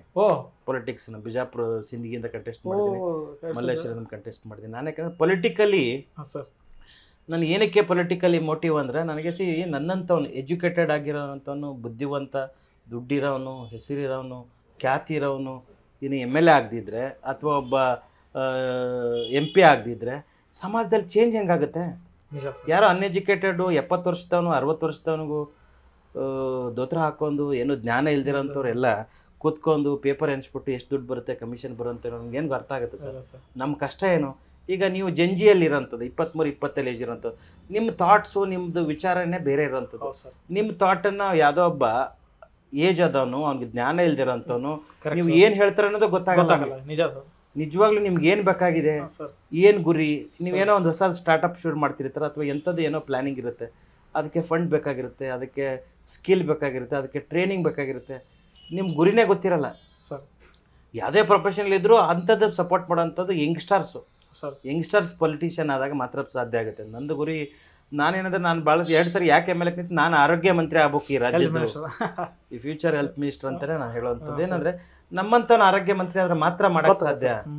ಈಗ ಯಾಕಂದರೆ ನಮ್ಗೆ ಗೊತ್ತಿದೆ, ವಾಸ್ತವದಲ್ಲಿ ಆಸ್ ಎ ಡಾಕ್ಟರ್ ಆಗಿ ನೋಡಿದ ತಕ್ಷಣ, ನೀವು ಒಬ್ಬ ಲಾಯರ್ ಆಗಿ ನೋಡಿದ ತಕ್ಷಣನೇ ಲೀಗಲ್ ಎಂಗಲಲ್ಲಿ ನೀವು ನೋಡ್ತೀರಾ, ಅದು ಲೀಗಲ್ ಫ್ರೇಮಲ್ಲಿ ಹೆಂಗಿದೆ, ಇದೇನಿದೆ ಅಂತ ನೋಡ್ತೀರಾ. ನಾವು ಡಾಕ್ಟರ್ ಆಗಿ ನೋಡಿದಾಗ ಸಮಾಜ ಆರೋಗ್ಯ ಅಥವಾ ಪೇಷಂಟ್ ಸ್ಥಿತಿ ಹೆಂಗಿದೆ, ಸಮಾಜ ಸ್ಥಿತಿ ಹೆಂಗಿದ್ರೆ, ನಾವು ಇಬ್ಬರು ಪಬ್ಲಿಕ್ಲಿ ಪ್ರೊಫೆಷ್ನಲ್ ಲೈಫಲ್ಲಿ ಇರೋಂಥವ್ರು ನಮಗೆ ಗೊತ್ತಾಗುತ್ತೆ. ಹಾಗಾದಾಗ ಎಜುಕೇಟೆಡ್ ಆಗಿರೋಂಥವನು, ಜ್ಞಾನ ಅಂತ ಇರೋಂಥವನು, ಬುದ್ಧಿ ಇರೋಂಥವ್ನು ಮಾತ್ರ ರಾಜಕಾರಣಿ ಆಗಿ ಅಥವಾ ಆರೋಗ್ಯ ಮಂತ್ರಿ ಆದರೆ ಮಾತ್ರ ಮಾಡೋಕ್ಕೆ ಸಾಧ್ಯ. ಅಂದರೆ ಈ ದೇಶದಲ್ಲಿ ನಮಗೆ ಗೊತ್ತಿದೆ, ಶಿಕ್ಷಣ ಹಕ್ಕು ಇದೆ, ಅಂದರೆ ರೈಟ್ ಟು ಎಜುಕೇಷನ್, RTI ಅಂತಿದೆ, ರೈಟ್ ಟು ಇನ್ಫಾರ್ಮೇಷನ್ ಇದೆ. ಅದೇ ರೀತಿ ರೈಟ್ ಟು ಹೆಲ್ತ್ ಅಂತಿಲ್ಲ. ಈಗ ಬೇರೆ ದೇಶದಲ್ಲಿ ಕ್ಯೂಬಾ, ಕೆನಡಾ, ಜರ್ಮನಿ, ಫಿಲಿಪೀನ್ಸ್ ಅಂತ ದೇಶಗಳಲ್ಲಿ ಆರೋಗ್ಯ ಮಾನವನ ಮೂಲಭೂತ ಹಕ್ಕು. ನಿಮಗೂ ಗೊತ್ತೇ, ನೀವು ಆಸ್ ಎ ಲಾಯರ್ ಆಗಿರೋದ್ರಿಂದ ಆರ್ಟಿಕಲ್ 21 ಪ್ರಕಾರ ರೈಟ್ ಟು ಲೈಫ್ ಇದೆ. ರೈಟ್ ಟು ಲೈಫ್ ಇದೆ ಅಂದರೆ ರೈಟ್ ಟು ಹೆಲ್ತ್ ಇರಲೇಬೇಕಲ್ಲ. ಹೆಲ್ತ್ ಅಂದರೆ ಮ್ಯಾಂಡೇಟ್ರಿ ಆಗಿ ಸಿಗಬೇಕು. ಈಗ ಏನಾದರೂ ಒಬ್ಬ ವ್ಯಕ್ತಿಗೆ ಆರೋಗ್ಯ ಸೇವೆ ಸಿಗದೆ ಸತ್ತರೆ ಹೂ ಇಸ್ ರೆಸ್ಪಾನ್ಸಿಬಲ್? ಯಾರು ರೆಸ್ಪಾನ್ಸಿಬಲ್? ಯಾರೂ ಇಲ್ಲಲ್ಲ. ಹಾಗಂದ್ರೆ ಇರ್ರೆಸ್ಪಾನ್ಸಿಬಲ್ ಕಂಟ್ರಿಯಲ್ಲಿ ಇರ್ರೆಸ್ಪಾನ್ಸಿಬಲ್ ಸಿಟಿಸನ್ಸ ನಮ್ಮ ಪ್ರಶ್ನೆ ನಾವು ಮಾಡ್ಬೇಕಲ್ಲ. ಹೌದು ಸರ್. ಯಾಕಂದ್ರೆ ನಮ್ಮ ಹಕ್ಕದು, ನಮ್ಮ ಬೇಸಿಕ್ ರೈಟ್ ಅದು, ಮೂಲಭೂತ ಹಕ್ಕ ಆಗಬೇಕಾಗಿರೋದು. ನಮಗೆ ಬೇಕಾಗಿರೋದು ಈ ದೇಶದಲ್ಲಿ 2 ಭಾಗ್ಯ. ಈ ಕುಕ್ಕರ್ ಭಾಗ್ಯ, ಈ ನಿಕ್ಕರ್ ಭಾಗ್ಯ, ಲಿಕ್ಕರ್ ಭಾಗ್ಯ ಏನು ಬೇಕಾಗಿಲ್ಲ.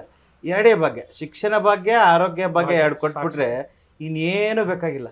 ಒಂದು ಉದ್ಯೋಗ ಭಾಗ್ಯ, ಅದು ಉದ್ಯೋಗಕ್ಕೆ ಅಟ್ಲೀಸ್ಟ್ ಸ್ಕೋಪ್ ಕೊಡೋದಾಗಲಿ, ಸಪೋರ್ಟ್ ಮಾಡೋದಾಗಬೇಕು. ಈಗ ಏನಾಗ್ಬಿಟ್ಟಿದೆ ಅಂದರೆ ಅದು ಸ್ಥಿತಿನೇ ಇಲ್ಲ ಇವಾಗ, ಭಾಳ ದುಸ್ಥಿತಿಗಿದೆ. ಹಾಗಾಗಿ ಜನ ಏನಂದರೆ, ಯಂಗ್ಸ್ಟರ್ಸು ಈ ಸಮಾಜನ ದೂಷಿಸೋಕ್ಕಿಂತ ನಾವೇನು ಮಾಡ್ತಾ ಇದ್ದೀವಿ, ನಾವೇನು ಮಾಡ್ಬೋದು, ನಮ್ಮ ಗುರಿ ಏನು ಅಂತ ಯಂಗ್ಸ್ಟರ್ಸ್ನ, ಯಂಗ್ ಡಾಕ್ಟರ್ಸ್ಗೆ ಈ ಎಲ್ರಿಗೂ ಹೇಳೋಂಥದ್ದು. ಈಗ ನಿಮಗೆ ಗೊತ್ತಿದೆ, ಈಗ ಯಾವುದು ಪಕ್ಕದಲ್ಲಿರೋಂಥ ಪಾಕಿಸ್ತಾನ, ಬಾಂಗ್ಲಾ, ಮೊನ್ನೆ ನೇಪಾಳಲ್ಲಿ ಪ್ರೈಮ್ ಮಿನಿಸ್ಟರ್ ಹೆಂಡ್ತಿನ ಪ್ರೈಮ್ ಮಿನಿಸ್ಟರ್ ಬಂಗ್ಲೆಯಲ್ಲೇ ಸುಟ್ಟು ಹಾಕಿದ್ರು. ಫೈನಾನ್ಸ್ ಮಿನಿಸ್ಟ್ರನ್ನ ಬ್ರಿಡ್ಜಿಂದ ಬಿಸಾಕಿ ಅವ್ನು ಹೊಡೆದ್ರು. ಯಾವುದೋ ಮೀಡಿಯಾದವನು ಸುಳ್ಳು ಬೊಗಳ್ತಾನೆ ಅಂದ್ಬಿಟ್ಟು ಅವ್ನು ರೋಡಲ್ಲೇ ಚಪ್ಪಲಿಲ್ಲ ಹೊಡೆದ್ರು. ಈಗ ಏನಂತ ಇದೆ ಅಂದರೆ ರೆವಲ್ಯೂಷನ್ ಯಾವಾಗ ಬದಲಾಗುತ್ತೆ ಅಂದರೆ ಈ ಜೆಂಜಿ ಮತ್ತು ಈ 45 ವಿದಿನ್ 45 ಇದಾರಲ್ಲ ಅವ್ರು ಮಾತ್ರ ಸಮಾಜನ ಬದಲಾಯಿಸಕ್ಕೆ ಸಾಧ್ಯ. ಉಳಿದವ್ರು ಎಲ್ಲ ಸೆಟಲ್ಡ್ ಆಗಿರೋಂಥವ್ರು, ಅವ್ರಿಗೆ ಯಾವ ಕನಸಿಲ್ಲ, ನೆಮ್ಮದಿಯಾಗಿ 3 ಹೊತ್ತು ಊಟ ನಿದ್ರೆ ಯಾವುದೋ ಅವ್ರ ತಲೆನೇ ಕೆಡಿಸ್ಕೊಳ್ಳಲ್ಲ. ನಮ್ಮ ವಿಚಾರ ಏನು, ನಮ್ಮ ಕನಸೇನು, ನಮ್ಮ ಗುರಿ ಏನು, ನಾವು ಏನು ಮಾಡ್ತಾ ಇದ್ದೀವಿ ಏನೂ ಅರ್ಥನೇ ಆಗಲ್ಲ ಅವ್ರಿಗೆ. ಯಾಕಂದರೆ ಅವರು educated but they are not ಅವ್ರಿಗೆ ನಿಮ್ಮ ಫೀಲಿಂಗ್ಸ್ ಏನಿದೆಯಲ್ಲ ನೀವು ಏನು ಮಾಡ್ಬೇಕಾದ್ರೆ ಅರ್ಥನೇ ಆಗಲ್ಲ ಅದು. ಹಾಗಾಗಿ ನಾನು ಹೇಳೋವಂಥದ್ದು ಅಂದರೆ ಎಲ್ರಿಗೂ ನಾವು ಡಿಜಿಟಲ್ ರೆವಲ್ಯೂಷನ್ ಮಾಡ್ಬೇಕಾಗಿರೋಂಥದ್ದು. ಡಿಜಿಟಲಲ್ಲಿ ಈಗ ನಾನು ಹೇಳ್ತಾ ಇದ್ದೀನಿ, ಎಲ್ಲರೂ ಆರೋಗ್ಯ ಹಕ್ಕು ಬೇಕಂತ ಬಿಗರ್ ಕ್ಯಾಂಪೇನ್ ಮಾಡಬೇಕು. ಹ್ಯಾಶ್ಟ್ಯಾಗ್ ಕ್ಯಾಂಪೇನ್ ಮಾಡೋದಾಗಲಿ, ನಿಮ್ಮ MLA MP ಕೇಳೋದಾಗಲಿ, ಏನು ರೋಡಲ್ಲೇ ಕತ್ತಿ ತಲವಾರು ಹಿಡ್ಕೊಂಡು ಹೋಗ್ಬಿಟ್ಟು ಹಕ್ಕನ ಕೇಳೋವಂಥದ್ದಲ್ಲ. ಅಟ್ಲೀಸ್ಟು ಡಿಜಿಟಲಿ ಕೇಳಿ, ವಾಯ್ಸನ್ನು ರೈಸ್ ಮಾಡಿ. ನಾವು ಸರಿನ ಸರಿ ತಪ್ಪನ ತಪ್ಪು ಅಂತ ಇದ್ದರೆ ವಿ ಆರ್ ಆಲ್ಸೋ ಕಲ್ಪ್ರಿಟ್. ಈಗ ಅನ್ಯಾಯನ ಕನ್ನಾರೆ ನಾವು ನೋಡಿ ಸುಮ್ಮನೆ ಇರ್ತೀವಿ ಅಂದರೆ we are the part of the crime ಅದು. ಹೌದು ಸರ್. ಹಾಗಾಗಿ ಇಂಥ ಕಾರಣದಿಂದ ನಾನು ಹೇಳಂಥದ್ದು ನಾವು ಏನೋ ಆ್ಯಸ್ ಅ ಡಾಕ್ಟ್ರಾಗಿ ನಾನು ಮಾಡ್ತೀನಿ, ನೀವು ಒಬ್ಬರ ಪ್ರೊಫೆಷನಲ್ ಆಗಿ ನೀವು ಹೀರೋಗಳನ್ನು ಹುಡುಕಿ ಅವ್ರನ್ನ ಪ್ರಮೋಟ್ ಮಾಡೋವಂಥದ್ದು ನಿಮ್ಮ ಕೆಲಸ. It's a great job. ಈ ಕನ್ನಡಾಲಜಿ ಅನ್ನೋಂಥದ್ದು ನಾನು ಫಿಸಿಯಾಲಜಿ ಬಯಾಲಜಿ ಎಲ್ಲ ಕೇಳಿದೆ, ಬಟ್ ಈ ಕನ್ನಡಾಲಜಿ ಅನ್ನೋದನ್ನೇ ಒಂದು ಯೂನಿಕ್ ಆಗಿರೋಂಥದ್ದು. ತುಂಬ ಖುಷಿ ಆಯಿತು ಸರ್. ಹಾಗಾಗಿ ತುಂಬ ಒಳ್ಳೆ ಕೆಲಸ ಮಾಡ್ತಾ ಇದ್ದೀರಾ ಸರ್. ಈಗ ಭಾಳ ಖುಷಿ ಆಯ್ತು ಸರ್ ನೀವು ಕನ್ನಡಾಲಜಿ ಬಗ್ಗೆ. ಯಾಕಂದ್ರೆ ಫಸ್ಟ್ ಪರ್ಸನ್ ನೀವು ಒಬ್ರು ಒಂದು ಸ್ವಲ್ಪ ಹಿಂಗೆ ಥಿಂಕ್ ಮಾಡಿ ಹೇಳಿದ್ರು. ಯಾರು ನನಗೆ ಹಿಂಗೆ ಹೇಳಿಲ್ಲ, ನೀವು ಕಾಲ್ದಾಗ ಹೇಳಿದ್ರು ಈ ಫಿಸಿಯಾಲಜಿ ಬಯಾಲಜಿ ಕೇಳಿ ಕನ್ನಡಾಲಜಿ ಒಂದು ಟೈಪ್ ಯೂನಿಕ್ ಅದ.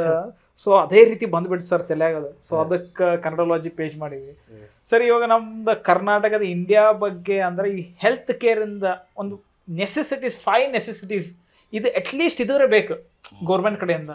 ಅಟ್ಲೀಸ್ಟ್ 5 ಇಂಪ್ರೂವ್ಮೆಂಟ್ಸ್ ಅಂದ್ರೆ ಏನು ಬೇಕು ಸರ್? ಈಗ ನೋಡಿ ಏನಾಗಿದೆ, ನಮ್ಮ ದೇಶದಲ್ಲಿ ಆರೋಗ್ಯ ಹಕ್ಕು ಅಂತಿದೆ.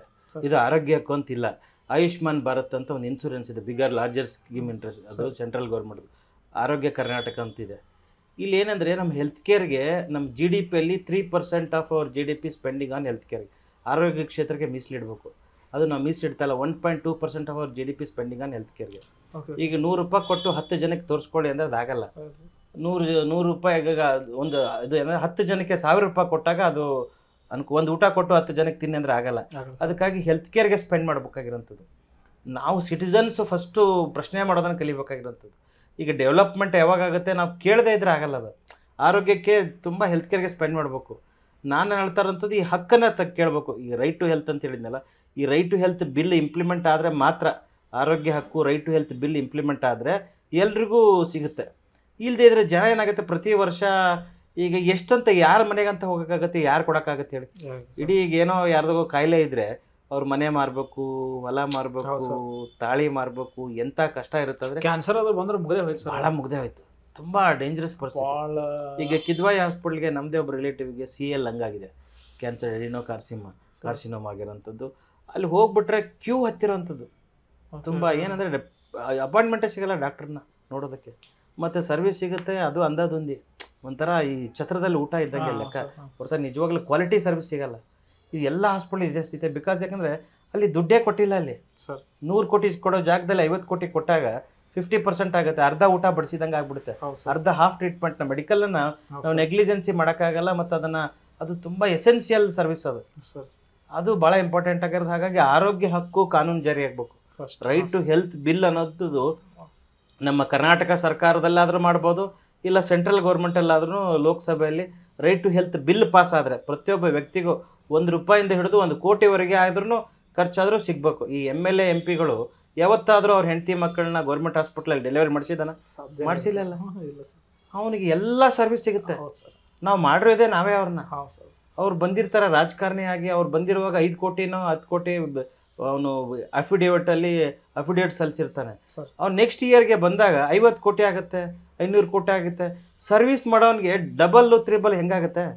ಏನು ಸರ್ವಿಸ್ ಮಾಡಲ್ಲ ಅವನು, ಕಮಿಷನ್ ತಗೊಳ್ಳೋದು. ಕಮಿಷನ್ ಈ ಸಮಾಜದಲ್ಲಿ ಏನಂದರೆ ಈ ಲಂಚನ ಅಂತದ್ದು, ಭ್ರಷ್ಟಾಚಾರ ಅಂತದ್ದು ಬೇರೆ ಊರ್ಬಿಟ್ಟಿದೆ. ಇದನ್ನು ಬದಲಾಯಿಸೋಕೆ ಯಾರಿಗೆ ಸಾಧ್ಯ ಅಂದರೆ ಈ ಜಂಜಿ ಮತ್ತು ಯಂಗ್ಸ್ಟರ್ ಬಿಲೋ 45 ಇರೋರು ಮಾತ್ರ ಸಮಾಜನ ಬದಲಾಯಿಸೋಕ್ಕೆ ಸಾಧ್ಯ. ಅದ್ರ ಮೇಲೆ ಆಗಿರೋವಂಥವ್ರು ನಮ್ಮ ಲೈಫೇ ಮುಗಿದೋಗಿದೆ, ಹೆಂಗೋ ಹೋಗಿ ನಡೀಲಿ ಅಂತ ನೋಡ್ತಾರೆ. ಬಿಕಾಸ್ ಯಾಕಂದ್ರೆ ನಮ್ಮ ಭವಿಷ್ಯ ಎಲ್ಲ ಹಾಳಾಗ್ಬಿಡುತ್ತೆ. ನಮ್ಮ ದೇಶ ಡೆವಲಪ್ಮೆಂಟ್ ಆಗಬೇಕಾದ್ರೆ ನಾವೆಲ್ಲರೂ ಪ್ರಶ್ನೆ ಮಾಡಬೇಕು. ಅದು ಚೀಫ್ ಮಿನಿಸ್ಟರ್ ಆಗಿರಲಿ, ಡೆಪ್ಯೂಟಿ ಚೀಫ್ ಮಿನಿಸ್ಟರ್ ಆಗಿರಲಿ, ಪ್ರೈಮ್ ಮಿನಿಸ್ಟರ್ ಆಗಿರಲಿ, ಸರಿನ ಸರಿ, ತಪ್ಪನ ತಪ್ಪು. ನಾವೆಲ್ಲ ಏನಾಗ್ಬಿಟ್ಟಿದ್ದೀವಿ ಅಂದರೆ ಕೆಲವರು ಬಿ ಜೆ ಪಿಗೆ ಗುಲಾಮರಾಗೋದು, ಕೆಲವರು ಕಾಂಗ್ರೆಸ್ ಗುಲಾಮ್ ಆಗೋದು, ಇನ್ನು ಕೆಲವರು ಜೆ ಡಿ ಎಸ್ಗೋ ಗೌಡ್ರು, ಈ ಥರದ್ದು ಇರುತ್ತೆ. ಇದೆಲ್ಲ ಅಲ್ಲ. ಫಸ್ಟು ನಮ್ಮ ರೈಟ್ಸು ನಮ್ಮ ಹಕ್ಕುಗಳನ್ನು ಕೇಳುವಂಥದ್ದು ನಮ್ಮ ಹಕ್ಕು. ಇಲೆಕ್ಷನ್ ಟೈಮಲ್ಲಿ ನೀವು ಯಾರಿಗಾದ್ರೂ ಓಟ್ ಹಾಕ್ಕೊಳ್ಳಿ, ಏನಾದರೂ ಮಾಡ್ಕೊಳ್ಳಿ, ಅದು different matter. But when it comes to ನಮ್ಮ ರೈಟ್ಸ್ಗೆ, ನಮ್ಮ ಹಕ್ಕುಗಳನ್ನು ನಾವು ಕೇಳದೇ ಇದ್ದರೆ ಇನ್ನು ಇದೇ ಥರ ಆಗುತ್ತೆ. ನನಗೇನಂದ್ರೆ ನನಗೆ ಆಸೆ ನೇಪಾಳ ಥರ ಈ ರಾಜಕಾರಣಿಗಳು ಬೀದಿ ಬೀದಿಯಲ್ಲಿ ಆಟಾಡಿಸಿ ಹೊಡಿತಾರೆ ಜನ. ನಾವು ಹೊಡಿ ಅಂತ ಹೇಳಲ್ಲ, ಜನಕ್ಕೆ ಅಷ್ಟು ರೋಷ ಇದೆ, ಆ ಪರಿಸ್ಥಿತಿ ಇದೆ. ಯಾಕಂದರೆ ಅರ್ಥ ಆಗ್ತಾ ಇಲ್ಲ ಅದು. ಯಾಕಂದ್ರೆ ಎಷ್ಟು ದುಡ್ಡು ಇದೆಯಲ್ಲ, ಕೋಟಿ ಕೋಟಿ ದುಡ್ಡು. ನಮ್ಮ ದೇಶ ಬಡತನ ದೇಶ ಅಲ್ಲ, ತುಂಬ ಶ್ರೀಮಂತರ ದೇಶ ಇದು. ಇಲ್ಲದೇ ಇದ್ರೆ ಏನಾಗುತ್ತೆ ನಮ್ಮ ಪರಿಸ್ಥಿತಿ, ಇನ್ನೂ 75 ವರ್ಷ ಆದರೂ ಇದೇ ಸ್ಥಿತಿ ಇರುತ್ತೆ. ನಮ್ಮ ಪಕ್ಕದ ದೇಶಗಳು ಯಾವ ಥರ ಡೆವಲಪ್ಮೆಂಟ್ ಆಗ್ತಾ ಇದ್ದಾವೆ ಏನು, ನಾವು ಬೇರೆದನ್ನು ನೋಡೋದೇ ಇಲ್ಲ.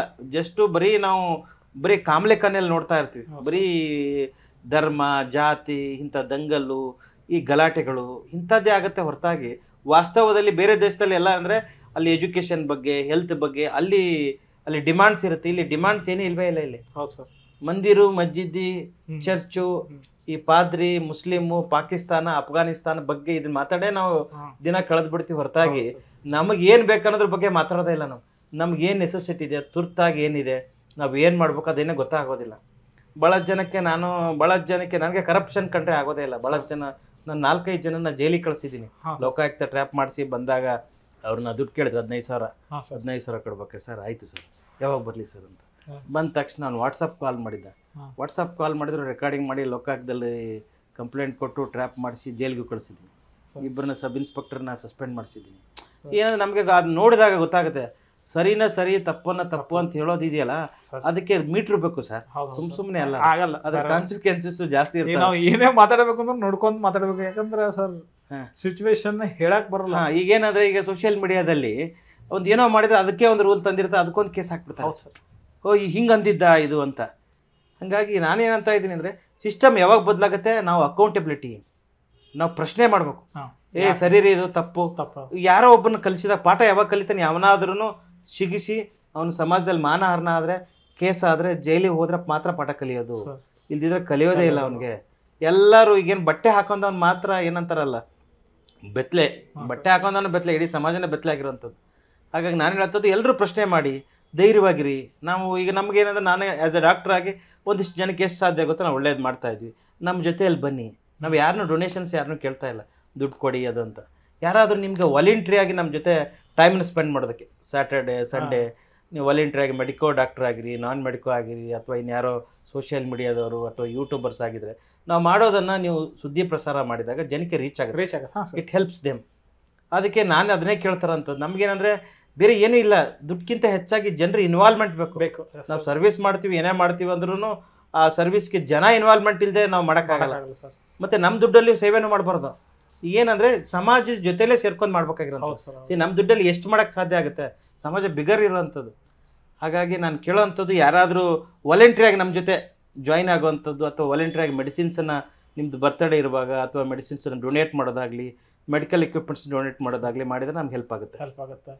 ಓಕೆ ಸರ್, ಇವಾಗ ನಿಮ್ದು ಮೊಬೈಲ್ ಕ್ಲಿನಿಕ್ ಅಂದ್ರೆ, ಮೊಬೈಲ್ ಕ್ಲಿನಿಕ್ ಅದನ್ನ ಯಾವ್ಯಾವ ಏರಿಯಾ ಹೋಗಿರಿ ಸರ್ ನೀವು ಇಲ್ಲಿವರೆಗೂ? ನೀವು ಯಾವ ಥರ ಏರಿಯಾ ನಿಮ್ಮ ಟಾರ್ಗೆಟ್ ಇಟ್ಕೊಂಡು ಹೋಗ್ತೀರಿ? ಹಿಂಗಿರ್ಬೇಕು ಪಾಪ್ಯುಲೇಷನ್ ಪ್ರಕಾರ. ಈಗ ನಮಗೇನಂದರೆ, ನಾವು ಈ ಆಶಾ ಕಾರ್ಯಕರ್ತರನ್ನ ನಾವು ಸಂಪರ್ಕ ಮಾಡ್ತೀವಿ. ಅಲ್ಲಿ ಇರುವಂಥ PHC ಅಂದರೆ ಪ್ರೈಮರಿ ಹೆಲ್ತ್ ಸೆಂಟರ್ ಅಂತ ಇರುತ್ತಲ್ಲ, ಅಲ್ಲಿ ಕೇಳ್ತೀವಿ ಎಲ್ಲಿ ಸ್ಲಮ್ ಇದೆ, ಎಲ್ಲಿ ಡಾಕ್ಟರ್ಸ್ ಬರಲ್ಲ, ಎಲ್ಲಿ ಮೆಡಿಸಿನ್ಸು ಸಿಗಲ್ಲ. ನಿಜವಾಗ್ಲೂ ಅಸಹಾಯಕರು ಇರ್ತಾರಲ್ಲ, ಅವ್ರನ್ನ ಮಾತ್ರ ನಾವು ನೋಡೋದು. ಯಾರೋ ಶಿಕ್ಷಕರಿಗೆಲ್ಲ ಮಾಡೋವಂಥ ಸ್ಥಿತಿಯಲ್ಲಿ ನಾವಿಲ್ಲ, ಮಾಡ್ಲೂಬಾರ್ದು. ಹಸಿದವ್ರಿಗೆ ಮಾತ್ರ ಊಟ ಹಾಕ್ಬೇಕು, ಹಸ್ತಿರೋರ್ಗೆ ಹಾಕ್ಬೇಕಾಗಿಲ್ಲ. ನಾವೆಂದ್ರೆ ಸ್ಲಮ್ಸನ್ನು, ಈಗ ನಾವು ಬನಶಂಕರಿ ಹೋಗಿದ್ದೀವಿ, ಕೋನನಕುಂಟೆ ಕ್ರಾಸು, ಯಲಹಂಕ, ಹುಣಸಮಾರನಹಳ್ಳಿ, ದೇವನಹಳ್ಳಿ, ಚಿಕ್ಕಬಳ್ಳಾಪುರ, ರಾಮನಗರ. ಆಲ್ಮೋಸ್ಟ್ ನಾನು 18 ವರ್ಷದಲ್ಲಿ ನನ್ನ ಕಾರಿನ 3,70,000 ಕಿಲೋಮೀಟ್ರ್ ಓಡಿದೆ, ಬರೀ ಕ್ಯಾಂಪ್ಸೇ ಮಾಡಿ. ಹಾಗಾಗಿ ಈ ಕ್ಯಾಂಪ್ಸ್ ಮಾಡ್ತಾಯಿದ್ದೆ. ತುಂಬ ಜನ ನಮಗೆ ಟಚ್ಚಲ್ಲಿದ್ದಾರೆ. ತುಂಬ ಜನ ಹೇಳ್ತಾರೆ, ಈಗ ಯಾರಾದರೂ ಹಿಂಗೆ ಕ್ಯಾಂಪ್ ಮಾಡಬೇಕಾಗಿದೆ, ಇಲ್ಲ ನಮ್ಮೂರಲ್ಲೂ ಕ್ಯಾಂಪ್ ಮಾಡಬೇಕು ಸರ್, ನಮ್ಮ ಸ್ಲಮ್ಮಲ್ಲೂ ಕ್ಯಾಂಪ್ ಮಾಡಬೇಕು, ಒಂದು 70-100 ಜನ ಇದ್ದಾರೆ ಅಂದರೆ ನಾವು ಅವರಲ್ಲಿ ಹೋಗಿ ಕ್ಯಾಂಪ್ ಮಾಡ್ತೀವಿ. ನಿಜವಾಗ್ಲೂ ಅವಶ್ಯಕತೆ ಇದೆ. ತುಂಬ ಬಡವರು ಇದ್ದಾರೆ ಅಂದರೆ ಅಸಹಾಯಕರಿಗೆ ಫ್ರೀ BP ಶುಗರ್ ಮಾತ್ರೆಗಳನ್ನು ಕೊಡ್ತೀವಿ, ಬೇಸಿಕ್ ಮೆಡಿಸಿನ್ಸ್ ಕೊಡ್ತೀವಿ, ಕನ್ಸಲ್ಟೇಷನ್ನು, ಫಾಲೋ ಅಪ್ಪು, ಸರ್ಜರಿ ಇದೆಲ್ಲ ಮಾಡಿಸ್ತೀವಿ.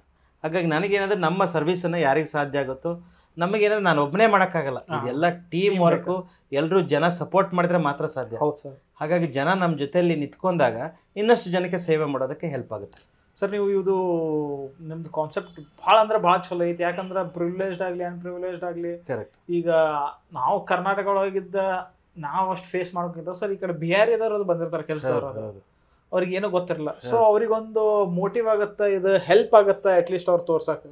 ಸರಿ, ಮೆಡಿಕಲ್ ಚೆಕಪ್ ಮಾಡೋ ಹೊತ್ತಿಗೆ ಹೋದಾಗ ನಿಮ್ಗೆ ಕಾಮನ್ ಪ್ರಾಬ್ಲಮ್ ಏನು ಫೇಸ್ ಮಾಡ್ತೀರಿ?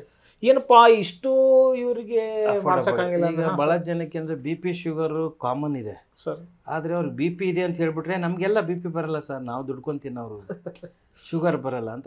ಅವ್ರಿಗೆ ಶುಗರ್ ಅದು 300 350 ಇರುತ್ತೆ, ಆದ್ರೂ ಅವರು ಇಲ್ಲ ಸರ್ ನಮ್ಗಿಲ್ಲ ಅಂತಲೇ ವಾದ ಮಾಡ್ತಾರೆ. ಆವಾಗ ಅವ್ರಿಗೆ ಗೊತ್ತಿರೋರು ಪಕ್ಕದಲ್ಲಿ ಬಂದಿರೋರ್ಗೆ ಹೇಳಿ, ಇಲ್ಲ ಇದೆ ರೀ, ಇನ್ನೊಂದ್ಸರಿ ಚೆಕ್ ಮಾಡಿಸಿ, ನಿಮ್ಗೆ ಗೊತ್ತಿರೋ ಲ್ಯಾಬಲ್ಲಿ ಮಾಡಿಸಿ, ಇಲ್ಲಿ ಡೌಟ್ ಇದ್ರೆ ಅಂತ. ಜನಕ್ಕೆ ಅವ್ರಿಗೆ ತೊಗೊಳಕ್ಕೆ ಆಗಲ್ಲ. ಆವಾಗ ಶುಗರ್ ಮಾತ್ರ ತೊಗೊಳ್ಳೋದೇ ಇದ್ದರೆ ಕಿಡ್ನಿ ಡ್ಯಾಮೇಜ್ ಆಗುತ್ತೆ. ಈ ಬಿ ಪಿ ಮಾತ್ರ ತೊಗೊಳಿದ್ರೆ ಕಾರ್ಡಿಯಾಕ್ ಅರೆಸ್ಟ್ ಆಗೋಂಥದ್ದು, ಹಾರ್ಟ್ ಪ್ರಾಬ್ಲಮ್ ಆಗುತ್ತೆ, ಈ ಥರದ್ದೆಲ್ಲ ಇರುತ್ತೆ. ಬೇಸಿಕ್ ಎಲಿಮೆಂಟ್ಸು NCDs, ನಾನ್ ಕಮ್ಯುನಿಕಬಲ್ ಡಿಸೀಸಸ್ ಅಂತಾರೆ, ಕಮ್ಯುನಿಕಬಲ್ ಡಿಸೀಸ್ ಅಂತ. ಈ ಲೈಫ್ ಸ್ಟೈಲ್ ಡಿಸಾರ್ಡರ್ಸ್ಗೆ ಬೇಸಿಕ್ ಮಾತ್ರನೇ ತೊಗೊಳಕ್ಕಾಗಲ್ಲ, ಮತ್ತು ಜನ ಚೆಕಪ್ಪು ಮಾಡಿಸೋದಿಲ್ಲ. ಏನಾಗುತ್ತೆ, ಯಾರಾದರೂ ರೋಡಲ್ಲಿ ಬಿದ್ದೋಗಿರುವಾಗ ಕರ್ಕೊಂಬರ್ತಾರೆ, ಬಂದಮೇಲೆ ಆವಾಗ ಆ ಡಾಕ್ಟರ್ಸು ಬೇಸಿಕ್ ಥರೋ ಇನ್ವೆಸ್ಟಿಗೇಷನ್ ಮಾಡಿದಾಗ ಗೊತ್ತಾಗುತ್ತೆ ಅವ್ರಿಗೆ ಬಿ ಪಿ ಇದೆ, ಶುಗರ್ ಇದೆ ಅಂತ. ಯೂಶ್ವಲಿ ಜನರಿಗೆ ರೆಗ್ಯುಲರ್ ಚೆಕ್ ಮಾಡಿಸೋದೇ ಇಲ್ಲ. ಯಾವಾಗ ಅಂದರೆ ಬಿದ್ದು ಬಂದು ಹಾಸ್ಪಿಟಲೈಸ್ ಆದಮೇಲೆ ಗೊತ್ತಾಗುತ್ತೆ ನಿಮಗೆ ಬಿ ಪಿ ಇದೆ, ಶುಗರ್ ಇದೆ ಅಂತ. ಅಲ್ಲಿವರೆಗೆ ಯಾರಿಗೂ ಗೊತ್ತೇ ಆಗಲ್ಲ. ಯಾರು ಹೋಗಿ general prevention is the better than cure ಅಂತ. ಪ್ರತಿಯೊಬ್ಬ ವ್ಯಕ್ತಿ every 6 months once or yearly once basic check ಮಾಡಿಸ್ಬೇಕು. ಬೇಸಿಕ್ ವೈಟಲ್ ಸ್ಟೇಟಸ್ ಏನು, B P, sugar, height, weight, BMI, haemoglobin, ಈ ಬೇಸಿಕ್ ಟೆಸ್ಟನ್ನು ಮಾಡಿಸಿದಾಗ ಅವ್ರ ಹೆಲ್ತ್ ಕಂಡೀಷನ್ ಏನಿದೆ ಅಂತ ಗೊತ್ತಾಗುತ್ತೆ. ಬೇಸಿಕ್ ಇನ್ವೆಸ್ಟಿಗೇಷನ್ಸ್ ಎಂದು lipid profile, liver profile, thyroid ಪ್ರತಿಯೊಬ್ಬ ವ್ಯಕ್ತಿ ಮಾಡಿಸಿದಾಗ ಎವ್ರಿ 6 monthsಗೆ ಗೊತ್ತಾಗುತ್ತೆ. ಆವಾಗ ಅವ್ರ ಹೆಲ್ತ್ ಚೆನ್ನಾಗಿದೆಯಾ ಅಥವಾ ಏನಾದರೂ ಪ್ರಾಬ್ಲಮ್ ಇದ್ದರೆ ಅದಕ್ಕೆ ಟ್ರೀಟ್ಮೆಂಟ್ ತೊಗೋಬೋದು. ಅಂದರೆ ಪ್ರೈಮರಿ ಕೇರ್ ಎಲ್ಲ ಹೊರಟೋಗ್ಬಿಡುತ್ತೆ. ಯಾರು ತೊಗೊಳಲ್ವೋ, ಪ್ರೈಮರಿ ಕೇರ್ ತೊಗೊಳಿದ್ರೆ ಅವ್ರು ಸೆಕೆಂಡರಿ ಕೇರ್ ಟ್ರೀಟ್ಮೆಂಟು, ಆಮೇಲೆ ಟರ್ಷರಿ ಕೇರ್ ಟ್ರೀಟ್ಮೆಂಟ್ ಆಗುತ್ತೆ. 300 ರೂಪಾಯಿದಲ್ಲಿ ಆಗೋದು 30,000 ಆಗುತ್ತೆ, 3 ಲಕ್ಷ ಆಗುತ್ತೆ, ಕೆಲವು ಜೀವನ ಹೊರಟೋಗ್ಬಿಡುತ್ತೆ. ಹಾಗಾಗಿ ಪ್ರತಿಯೊಬ್ಬ ವ್ಯಕ್ತಿನೂ ಮಾಡಬೇಕಾಗಿರೋಂಥದ್ದು. ಬಟ್ ನಾವೇನೆಂದರೆ ಮನುಷ್ಯ ನಮಗೆ ಹೆಲ್ತ್ ಇನ್ಶೂರೆನ್ಸು ಮಾಡಿಸ್ಕೊಳ್ಳೋದೇ ಇಲ್ಲ. ನಾವು ಕಾರ್ಗೆ ಮ್ಯಾಂಡೇಟ್ರಿ ಇನ್ಶೂರೆನ್ಸ್ ಇದೆ, ಕಾರ್ ಆಗಲಿ ಬೈಕ್ ಆಗಲಿ ಮ್ಯಾಂಡೇಟ್ರಿ ಇನ್ಶೂರೆನ್ಸ್ ನಮಗಿಲ್ಲ. ನಮ್ಮ ಹೆಲ್ತ್ ಇನ್ಶೂರೆನ್ಸು ಮಾಡ್ಕೊಳ್ಳಲ್ಲ, ಸರ್ಕಾರ ಫೆಸಿಲಿಟಿನೂ ಯೂಸ್ ಮಾಡ್ಕೊಳ್ಳಲ್ಲ. ಹೀಗಾಗಿ ತುಂಬ ಜನಕ್ಕೆ ಹೆಲ್ತ್ ಕಾಸ್ಟು ತುಂಬ ಬರ್ಡನ್ ಆಗ್ತಾ ಇದೆ. ಈ ಸಮಾಜದಲ್ಲಿ ಒಬ್ಬ ವ್ಯಕ್ತಿ ದುಡಿತಾ ಇದ್ದರೆ 50,000, ಅದರಲ್ಲಿ 30,000 ರಿಂದ 40,000 ಹೆಲ್ತು ಮತ್ತು ಎಜುಕೇಷನ್ಗೆ, ಅವ್ರ ಮಕ್ಕಳ ಎಜುಕೇಷನು ಇಲ್ಲ, ಅವ್ರ ತಂದೆ ತಾಯಿ ಹೆಲ್ತ್ಗೆ ಖರ್ಚಾಗ್ತಾ ಇರೋದು. ಇನ್ನು ಬೇರೆ ಯಾವುದಕ್ಕೂ ಇಲ್ಲ. ಅವ್ರ ದುಡಿಮೆ, ಅವ್ರು ತಿನ್ನೋದಕ್ಕೆ ಒಂದು 10,000 8,000 ಮನೆಗೆ ಆಗ್ಬೋದು, ಆದರೆ ಹೆಲ್ತು ಮತ್ತು ಎಜುಕೇಷನ್ಗೆ ಕಟ್ಟಿ ಸಾಯ್ತಾ ಇರೋದು. ಎರಡೂ ಸರ್ಕಾರ ಎರಡೂ ಫ್ರೀಯಾಗಿ ಕೊಟ್ಟರೆ ಜನಕ್ಕೆ ನೆಸೆಸಿಟಿನೇ ಇಲ್ಲ, ಇನ್ನು ಯಾವ ಭಾಗ್ಯಗಳದ್ದು ಅವಶ್ಯಕತೆನೇ ಇಲ್ಲ. ಅದು ಬದಲಾಗಬೇಕಾಗಿರೋದು, ಅದನ್ನು ಕೇಳಬೇಕಾಗಿರೋಂಥದ್ದು ನಾವೆಲ್ಲ. ಒಟ್ಟು ಜನ ಕೇಳ್ಬೇಕು ಸರ್, ಯಾಕೆ ಹಿಂಗೈತಿ, ಯಾಕೆ ಇದು ಆಗತ್ತಿಲ್ಲ, ಮುಂದೆ ಏನು ಮಾಡೋರು, ಈ ಒಂದು 3 ಪ್ರಶ್ನೆ ಕೇಳ್ಬಿಟ್ರೆ ಅವ್ರ ತಲೆಗೆ ಇರುತ್ತೆ ಸರ್, ಕೆಲಸ ಮಾಡೋರ ತಲೆಗೆ. ಹೌದು, ಕೇಳತ್ತಾರ ಜನ ಏನೋ ಒಂದು ಮಾಡ್ಬೇಕಂತ. ಕೇಳದೆ ಇರೋದಕ್ಕೆ ಹಿಂಗೆ ಆಗ್ತಾ ಇರೋದು. ಈಗ ಅದ ಸಿಚುವೇಶನ್ ಅದು ಬಂದಿವಿ ಸರ್. ಸರ್ ಈಗ ಇನ್ನೊಂದು ಪ್ರಶ್ನೆ ನನ್ನ ತಲೆಗೆ ಏನು ಬರ್ತದೆ, ಈಗ ನೀವು ಮೊಬೈಲ್ ಕ್ಲಿನಿಕ್ ತೊಗೊಂಡು ಹೋಗ್ತೀರಿ, ಗಂಡು ಮಕ್ಳದು ಏನೋ ಒಂದ್ಸರಿ ಹೆಣ್ಮಕ್ಳು ರೀತಿಯಲ್ಲಿ ಬಂದ್ರೆ ನೀವು ಸ್ಯಾನಿಟೈಸೇಷನ್ ಪ್ರಕಾರ ಅಥವಾ ಅವ್ರಿಗೆ ಏನಾದರೂ ನೀವು ಎಜುಕೇಶನ್ ಕೊಡೋದಾಗ್ಲಿ ಏನಾದರೂ ಮಾಡ್ತೀರಾ ಸರ್ ನಿಮ್ಮ ಕಡೆ ಪ್ರೋಗ್ರಾಮಿಂಗ್ ಥರ? ಇಲ್ಲ, ನಾವು ಫಸ್ಟ್ ಏಡ್ ಟ್ರೈನಿಂಗ್ ಮಾಡ್ತಾ ಇದೀವಿ. ಈಗ ಯಾರಿಗಾದ್ರೂ ರೋಡಲ್ಲಿ ಬಿದ್ದಿರ್ತಾರೆ ಸರ್, ಅವಾಗ ಫಸ್ಟ್ ಏಡ್ ಏನು ಮಾಡಬೇಕು, ಡ್ರೆಸ್ಸಿಂಗ್ ಹೆಂಗೆ ಮಾಡಬೇಕು, ಅವ್ರಿಗೆ ನೀರು ಕುಡಿಸ್ಬಾರ, ಈ ಥರ ಪ್ರೈಮರಿ ಕೇರನ್ನು ಮಾಡೋದಕ್ಕೆ ನಾವು ಗೈಡ್ ಕೊಡ್ತೀವಿ. ಅಂದರೆ CPR ಅಂತ ಟ್ರೈನಿಂಗ್ ಅಂತಾರೆ, ಕಾರ್ಡಿಯೋಪಲ್ಮನರಿ, ಅದು ಭಾಳ ಇಂಪಾರ್ಟೆಂಟ್. ಹಾಗಾಗಿ ಪ್ರತಿಯೊಬ್ಬರಿಗೂ ಗೊತ್ತಿರಬೇಕಾಯ್ತು. ಫಸ್ಟ್ ಏಡ್ದು ಸೆಂಟ್ ಜಾನ್ಸ್ ಅಂಬುಲೆನ್ಸ್ ಅಂತ ಅವರು ಫಸ್ಟ್ ಏಡ್ ಟ್ರೈನಿಂಗ್ ಕೋರ್ಸಸ್ನ ಮಾಡ್ತಾರೆ. ನಾವು ಸ್ಕೂಲ್ಸು ಕಾಲೇಜಸ್ಗಳಲ್ಲಿ ಮಾಡ್ತಿರ್ತೀವಿ. ಈಗ ಜನಕ್ಕೆ ಅಂದರೆ ಹೆಲ್ತ್ ಎಜುಕೇಷನ್ ಭಾಳ ಇಂಪಾರ್ಟೆಂಟ್ ಇದೆ. ಈಗ ಏನಾಗ್ಬಿಟ್ಟಿದೆ, ಈ ಹೆಲ್ತ್ ಎಜುಕೇಷನ್ ಕೊಡೋದು ಫೇಸ್ಬುಕ್ಕು ವಾಟ್ಸಪ್ಪಲ್ಲಿ ಅವರೇ ಡಾಕ್ಟರ್ಸ್ ಆಗ್ಬಿಟ್ಟಿದ್ದಾರೆ. ಕೆಲವರು ಆ ಟಿಪ್ಸು ಈ ಟಿಪ್ಸು ನಾನ್ ಮೆಡಿಕೋಸ್ ಆಗಿ ಅವ್ರಿಗೆ ಸಜೆಷನ್ ಕೊಟ್ಟರೆ ಅದಕ್ಕೊಂದು ಅರ್ಥ ಇರುತ್ತೆ, ನಾಲೆಜ್ ಇರೋರು. ಈ ಅನ್ಎಜುಕೇಟೆಡ್ ಎಲ್ಲ ಬಂದ್ಬಿಟ್ಟು ಸಣ್ಣ ಆಗೋದು ಹೇಗೆ, ದಪ್ಪ ಆಗೋದು ಹೇಗೆ, ಕಲರ್ ಬದಲಾಯಿಸೋದು ಹೇಗೆ, ಈ ಥರದನ್ನ ಕೂದಲು ಉದುರ್ತಾ ಇದೆ, ಈ ಥರದನ್ನ ಸುಳ್ಳು ಮಾರ್ಕೆಟಿಂಗ್ ಮಾಡೋರು. ಅಂದರೆ ಈ ಫೇಸ್ಬುಕ್ ಯೂನಿವರ್ಸಿಟಿ, ವಾಟ್ಸಪ್ ಯೂನಿವರ್ಸಿಟಿ ಡಾಕ್ಟರ್ಸೇ ಜಾಸ್ತಿ ಆಗಿರೋದು ಡಿಜಿಟಲ್ ಮೀಡಿಯಾದಲ್ಲಿ. ನಿಜವಾದ ಡಾಕ್ಟರ್ಸ್ಗಳು ಕ್ಲಿನಿಕಲ್ಲಿ ಪೇಷಂಟ್ ನೋಡ್ಕೊಂಡಿದ್ದಾರೆ, ಇನ್ನು ಉಳಿದಿರೋರೆಲ್ಲ ಬಂದ್ಬಿಟ್ಟು ಫೇಸ್ಬುಕ್ಕಲ್ಲಿ ಬಂದ್ಬಿಟ್ಟಿದ್ದಾರೆ. ಅಂದರೆ ಬಿಸ್ನೆಸ್ ಆಗಿ ಜನಕ್ಕೆ ಮಿಸ್ಗೈಡ್ ಮಾಡ್ತಾ ಇದ್ದಾರೆ. ಅದಕ್ಕೂ ಸರ್ಕಾರ ಕಡಿವಾಣ ಹಾಕ್ಬೇಕಾಗಿರೋಂಥದ್ದು. ಅದಕ್ಕೆ ಮೇನ್ ಇಂಟ್ರೆಸ್ಟ್ ಸರ್. ನೀವು ಆ್ಯಸ್ ಅ ಡಾಕ್ಟರ್ ಆಗಿ ಕಾರ್ಡಿಯಾಕ್ ಅರೆಸ್ಟ್ ಬಗ್ಗೆ, ಹಾರ್ಟ್ ಅಟ್ಯಾಕ್ ಬಗ್ಗೆ ಹೇಳಿದ್ರಿ. Sir how C P R is important? ಯಾಕಂದ್ರೆ ಈಗಿನ ಜನರೇಷನ್ ಸರ್ ಹೇಳ ಆಸ್ ಅ 23 ಇಯರ್ ಓಲ್ಡ್ ಆಗಿ ನನಗೂ ಒಂದೊಂದ್ಸರಿ ಭಯ ಬಂದ್ಬಿಡುತ್ತೆ. ಚೆನ್ನಾಗಿ ಚೆಸ್ಟ್ ಪೇನ್ ಆಗಲಿ ಏನೇ ಆಗಲಿ. ಸೊ ನನಗೊಂದು ಸ್ವಲ್ಪ ನಿಮ್ಮ ಕಡೆಯಿಂದ C P R how C P R is important, C P R ಕೊಟ್ಟರೆ ಏನೇನು ಹೆಂಗೆ ಎಷ್ಟು ಪರ್ಸೆಂಟ್ ನಾವು ಜೀವ ಉಳಿಸ್ಬೋದು ಸರ್ ಇಫ್ ಇನ್ ಕೇಸ್ ಯಾರೋ ಚೋಕಾಗಿ ಕೆಳಗೆ ಬಿದ್ದರು ಅಂದ್ರೆ? ಇಲ್ಲ, ಏನಂದ್ರೆ ಚೋಕಾಗಿ ಕೆಳಗೆ ಬಿದ್ದಾಗ ತಕ್ಷಣಕ್ಕೆ ನಾವು ಸಿ ಪಿ ಆರ್ ಮಾಡಿದರೆ, ಕಾರ್ಡಿಯೋ ಪಲ್ಮನರಿ ರಿಸಸಿಟೇಷನ್ ಮಾಡಿದರೆ 100ಕ್ಕೆ 70% ಲೈಫನ್ನು ಸೇವ್ ಮಾಡ್ಬೋದು. ಅದಕ್ಕೆ ಗೋಲ್ಡನ್ ಅವರ್ ಅಂತ. ಗೋಲ್ಡನ್ ಅವರ್ ಅಂದರೆ 15 ಮಿನಿಟ್ಸ್. ಈಗ ಏನೋ ಯಾವುದೋ ಚೋಕಾಗಿ ಬಿದ್ದಿರ್ತಾನೆ, ನಾವು ಸಿ ಪಿ ಆರ್ ಮಾಡ್ತಾ ಇದ್ದಾಗ ಕಂಟಿನ್ಯೂ ಆಗಿ ಪಲ್ಪೇಟ್ ಮಾಡಿ ಮಾಡ್ತಾ ಇದ್ದಾಗ ತುಂಬ ಹೆಲ್ಪ್ ಆಗುತ್ತೆ. ಆಮೇಲೆ ಮೌತ್ ಟು ಮೌತ್ ಬ್ರೀತ್ ಕೊಡೋವಂಥದ್ದು, ಹಾಗೆ ಆಂಬುಲೆನ್ಸ್ ಫೋನ್ ಮಾಡಿ ಹಂಗೆ ಬರ್ತಾ ಇದ್ರೆ ಆ ಗೋಲ್ಡನ್ ಮಿನಿಟ್ಸ್ ಇದೆಯಲ್ಲ, 15 ಮಿನಿಟ್ಸ್ 10-15 ಮಿನಿಟ್ಸಲ್ಲಿ ನಾವು ಆ ಥರ ಮಾಡಿ ಆಂಬುಲೆನ್ಸ್ಗೆ ಕಳಿಸ್ಬಿಟ್ರೆ ಒಂದು ಪ್ರಾಣನೇ ಉಳಿದೋಗುತ್ತೆ. ಅದನ್ನೇ ನಾವು ಮಾಡೋದಿಲ್ಲ. ಆಂಬುಲೆನ್ಸ್ ಬರೋದೇ ಲೇಟ್ ಆಗಿಬಿಡುತ್ತೆ, ಅಥವಾ ನಮ್ಗೆ ಗೊತ್ತಿರಲ್ಲ, ಅಥವಾ ಬೇಸಿಕ್ ಗೊತ್ತಿರಲ್ಲ, ಅಥವಾ ಹಿಂಗೆ ನಾವು ಸಿ ಪಿ ಆರ್ ಮಾಡುವಾಗ ಮೂಳೆ ಮುರಿದು ಹೋಗುತ್ತೇನೋ ಅಥವಾ ಇನ್ನೇನೇನೋ ಆಗುತ್ತೇನೋ ಅಂತ ಅನ್ನೋದು ನಮಗೆ ಗೊತ್ತಿಲ್ಲದೆ ಇರೋದಕ್ಕೆ ಜನ ಏನು ಮಾಡ್ಬಿಡ್ತಾರೆ, ಕ್ರೌಡ್ ಆಗಿಬಿಟ್ಟು ಫೋಟೋ ತೆಗಿಯೋದು ಅಥವಾ ಗಾಳಿ ಬಿಡದಿರೋದು, ವಿಡಿಯೋ ಮಾಡೋದು ಮಾಡ್ತಾರೆ ಹೊರತಾಗಿ ಅವ್ರಿಗೆ ಸಹಾಯ ಮಾಡೋದಕ್ಕೆ ನೋಡೋದಿಲ್ಲ. ಮತ್ತು ಸಹಾಯ ಏನು ಮಾಡ್ಬೇಕು, ಮಾಡಿದರೆ ಸಹಾಯ ಆಗುತ್ತೆ. ಈಗ ಕೆಲವು ಸರಿ ಸಹಾಯ ಮಾಡದಿರೋದಕ್ಕೆ ಹೋಗಿ ಇನ್ನೇನೋ ಅನಾಹುತಗಳನ್ನು ಮಾಡ್ತಾರೆ.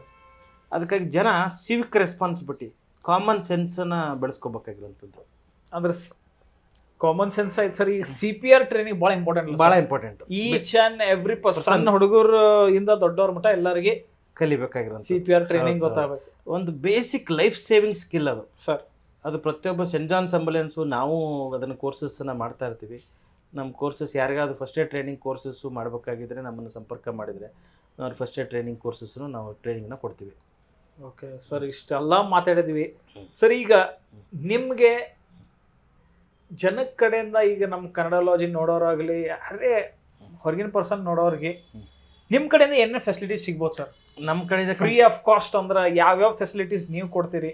ನಾವು ನಮ್ಮ ಕಡೆಯಿಂದ ನಮ್ಮ ಡಾಕ್ಟರ್ ಆನ್ ವೀಲ್ಸ್ ಮುಖಾಂತರ doctor consultation, first basic medicines, basic blood test, ಮತ್ತು ಫಾಲೋ ಅಪ್ಪು, ಮತ್ತು ಸರ್ಜಿಕಲ್ ಅಸಿಸ್ಟೆನ್ಸು. ಯಾರೋ ತುಂಬ ಕಡು ಬಡವರು ಇದ್ದಾರೆ, ಅವರಿಗೆ ಆಪ್ರೇಷನ್ಸ್ ಇದೆ, 3 ಲಕ್ಷದಿಂದ 5 ಲಕ್ಷದವರೆಗಿದೆ, ಕಂಪ್ಲೀಟ್ ಆಫ್ ಫ್ರೀ ಆಫ್ ಕಾಸ್ಟಲ್ಲಿ ನಮ್ಮ ಜೊತೆ ಟೈಪ್ ಆಗಿರುವಂಥ ಸಪ್ತಗಿರಿ ಹಾಸ್ಪಿಟ್ಲ್ ಆಗಿರಲಿ ಅಥವಾ ರಾಮಯ್ಯ ಹಾಸ್ಪಿಟ್ಲ್ ಆಗಿರಲಿ ಅಥವಾ ಕಿದ್ವಾಯಿ ಹಾಸ್ಪಿಟ್ಲಲ್ಲಿ ನಮ್ಮ ಲೆಟರ್ ಹೆಡ್ಡಲ್ಲಿ ನಾವು ಬರೆದು ಕೊಟ್ಟರೆ ಕಂಪ್ಲೀಟಾಗಿ ಫ್ರೀ ಆಫ್ ಕಾಸ್ಟಲ್ಲಿ ಸರ್ವಿಸ್ನ ಕೊಡ್ತಾರೆ. ಮತ್ತು ನಮಗೇನಂದರೆ ಯಾರಿಗೆ ಅಸಹಾಯಕರಿರ್ತಾರೆ, ನಿಜವಾಗ್ಲೂ ಕಡು ಬಡವರಿದ್ದಾರೆ, ಅವ್ರಿಗೇನೂ ಅಫೋರ್ಡೆಬಲ್ ಇಲ್ಲ ಅಥವಾ ದುಡ್ಡು ಕಟ್ಟೋಕ್ಕಾಗಲ್ಲ, ಅವ್ರ ಹತ್ರ ಆಧಾರ್ ಕಾರ್ಡ್ ಇದೆ, ರೇಷನ್ ಕಾರ್ಡ್ ಇಲ್ಲ, ವೋಟರ್ ಐ ಡಿ ಇಲ್ಲ ಅಂದ್ರೂ, ಏನೂ ಇಲ್ಲ ಅಂದ್ರೂ ನಾವು ಟ್ರೀಟ್ಮೆಂಟ್ ಕೊಡೋದಕ್ಕೆ ನಾವು ರೆಡಿ ಇದ್ವಿ. But more then documentation we need to service the economically weaker section ಅಥವಾ ತುಂಬ ಅಸಹಾಯಕ ಸ್ಥಿತಿಯಲ್ಲಿರೋರಿಗೆ ಸಹಾಯ ಮಾಡೋದಕ್ಕೆ ನಾವು ರೆಡಿ ಇದ್ದೀವಿ. ಸೊ ನಿಮ್ಮ ಮೇನ್ ಫೋಕಸ್ ಯಾರಿಗೆ ಏನು ಫೆಸಿಲಿಟೀಸ್ ಇದೆ ಏನು ಇಲ್ಲ ಅಂದ್ರೆ ಬಡವರು, ಕಡು ಬಡವರು ಅದಾರ, ಅವ್ರಿಗೆ ಹೋಗಿ ಫೆಸಿಲಿಟೀಸ್ ಕೊಡು ಸರ್. ಇನ್ನೊಂದು ಸೀನಿಯರ್ ಸಿಟಿಸನ್ಸ್ ಒಂದು ಹೇಳಿದ್ರಿ ನೀವು. ನಾವೇನಂದು ಮಾಡಿದೆ, ಡಾಕ್ಟರ್ ಆನ್ ವೀಲ್ಸ್ ಮುಖಾಂತರ ನಮ್ಮ ಕಾರಲ್ಲಿ ಡಾಕ್ಟ್ರು, ನರ್ಸು ಮತ್ತು ಒಬ್ಬರು ಡ್ರೈವರ್ ಇರ್ತಾರೆ. ಹೋಗಿ ಮನೆಗೆ ಹೋಗಿ ಸೀನಿಯರ್ ಸಿಟಿಸನ್ಸ್ಗೆ, ಏಜ್ ಆದವ್ರಿಗೆ, ಅವ್ರನ್ನ ಯಾರೂ ನೋಡ್ಕೊಳ್ಳೋರು ಇರೋಲ್ಲ, ಅವ್ರ ಮಕ್ಕಳು ಬೇರೆ ದೇಶದಲ್ಲಿ ವಿದೇಶದಲ್ಲಿ ಇರ್ತಾರೆ, ಅವರಿಗೆ ನಾವು ಹೋಮ್ ವಿಸಿಟ್ ಮಾಡಿ ಅವ್ರಿಗೆ ಕನ್ಸಲ್ಟೇಷನ್ ಕೊಟ್ಟು, ಬ್ಲಡ್ ಟೆಸ್ಟ್ ಮಾಡಿ, ಮೆಡಿಸಿನ್ಸ್ ಕೊಟ್ಟು, ಫಾಲೋ ಅಪ್ ಮಾಡಿ, ಇನ್ ಕೇಸ್ ಏನಾದರೂ ಅವ್ರಿಗೆ ಮೇಜರ್ ಪ್ರಾಬ್ಲಮ್ ಇದೆ ಅಂದರೆ ಹಾಸ್ಪಿಟ್ಲಿಗೆ ನಮ್ಮದೇ ಆಂಬುಲೆನ್ಸ್ ವ್ಯಾನಲ್ಲಿ ಕರ್ಕೊಂಡೋಗಿ ಹಾಸ್ಪಿಟ್ಲ್ ಅಡ್ಮಿಷನ್ ಮಾಡಿ ಸರ್ಜರಿನೂ ಮಾಡಿಸ್ತೀವಿ. ಕಂಪ್ಲೀಟಾಗಿ ಏನಂದ್ರೆ ಅವ್ರಿಗೆ ಒಂದು ಫ್ಯಾಮ್ಲಿ ಮೆಂಬರು ಅವ್ರು ಇಲ್ಲದೇ ಇದ್ರೂ ಅವ್ರ ಅನುಪಸ್ಥಿತಿಯಲ್ಲಿ ಅವ್ರ ಫ್ಯಾಮ್ಲಿ ಅವ್ರ ಮಗನಾಗಿ ಹೇಗೇನು ಟ್ರೀಟ್ಮೆಂಟ್ ಮಾಡ್ತಾರೋ ಅಥವಾ ಒಬ್ಬ ಡಾಕ್ಟ್ರಾಗಿ ಏನು ಮಾಡ್ಬೇಕು ಅದೆಲ್ಲ ಮಾಡ್ತೀವಿ. ಬಿಕಾಸ್ ನಮ್ಮ ಟೀಮ್ ಸೆಟಪ್ ಇದೆ.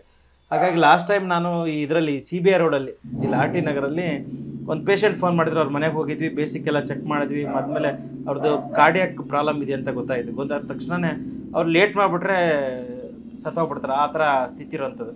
ತಕ್ಷಣಕ್ಕೆ ಅವ್ರ ಪೇರೆಂಟ್ಸ್ಗೆ ಅವ್ರ ಮಗನ ಫೋನ್ ಮಾಡ್ತೀನಿ, ಅವ್ರ ಮಗಳಿಗೆ ಫೋನ್ ಮಾಡ್ತೀನಿ, ಅವ್ರು ಯಾರು ಎತ್ತೋದೇ ಇಲ್ಲ. ನಾನೇ ಕರ್ಕೊಂಡೋಗಿ ಹಾಸ್ಪಿಟ್ಲೈಸ್ ಮಾಡಿ ವಾಲಂಟ್ರಿಯಾಗಿ ಮಾಡಿ ಆಮೇಲೆ ಎಲ್ಲ ಮುಗಿದ್ಮೇಲೆ ಅವ್ರಿಗೆ ಫೋನ್ ಮಾಡ್ತೀನಿ. ಅವ್ರು ಆಮೇಲೆ ಕನೆಕ್ಟ್ ಆಗ್ತಾರೆ, ಅವ್ರು ತುಂಬ ಖುಷಿ ಆಗ್ಬಿಡ್ತಾರೆ. ಅಂದರೆ ಆ ಟೈಮ್ ಇದೆಯಲ್ಲ, ಈಗ ಅವ್ರನ್ನ ಕೇಳು ಮತ್ತು ಅಥವಾ ಕನ್ವರ್ಸೇಷನಲ್ಲೇ ಸತ್ತೋಗ್ಬಿಡ್ತಾರೆ ಅವ್ರು.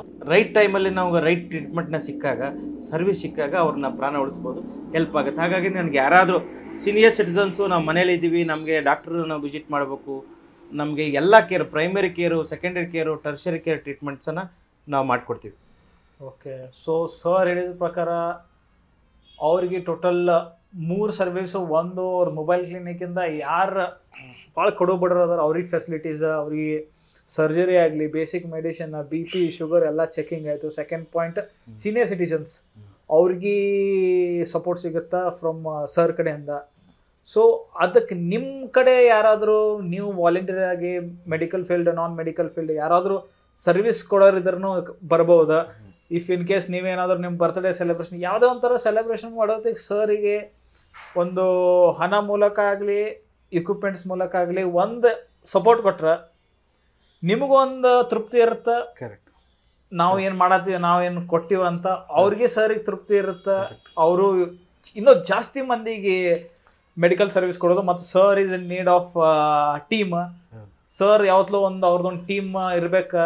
ಯಾಕಂದ್ರೆ ಯಾವ್ಯಾವ ಎಂತ ಎಲ್ಲೆಲ್ಲಿ ಯಾವ ಲೊಕೇಶನ್ ಒಳಗೆ ಬರಲ್ಲ ಅಂಥ ಲೊಕೇಶನ್ ಹೋಗಿ ಟ್ರೀಟ್ಮೆಂಟ್ ಮಾಡ್ಬಿಡೋದು it's a not easy task.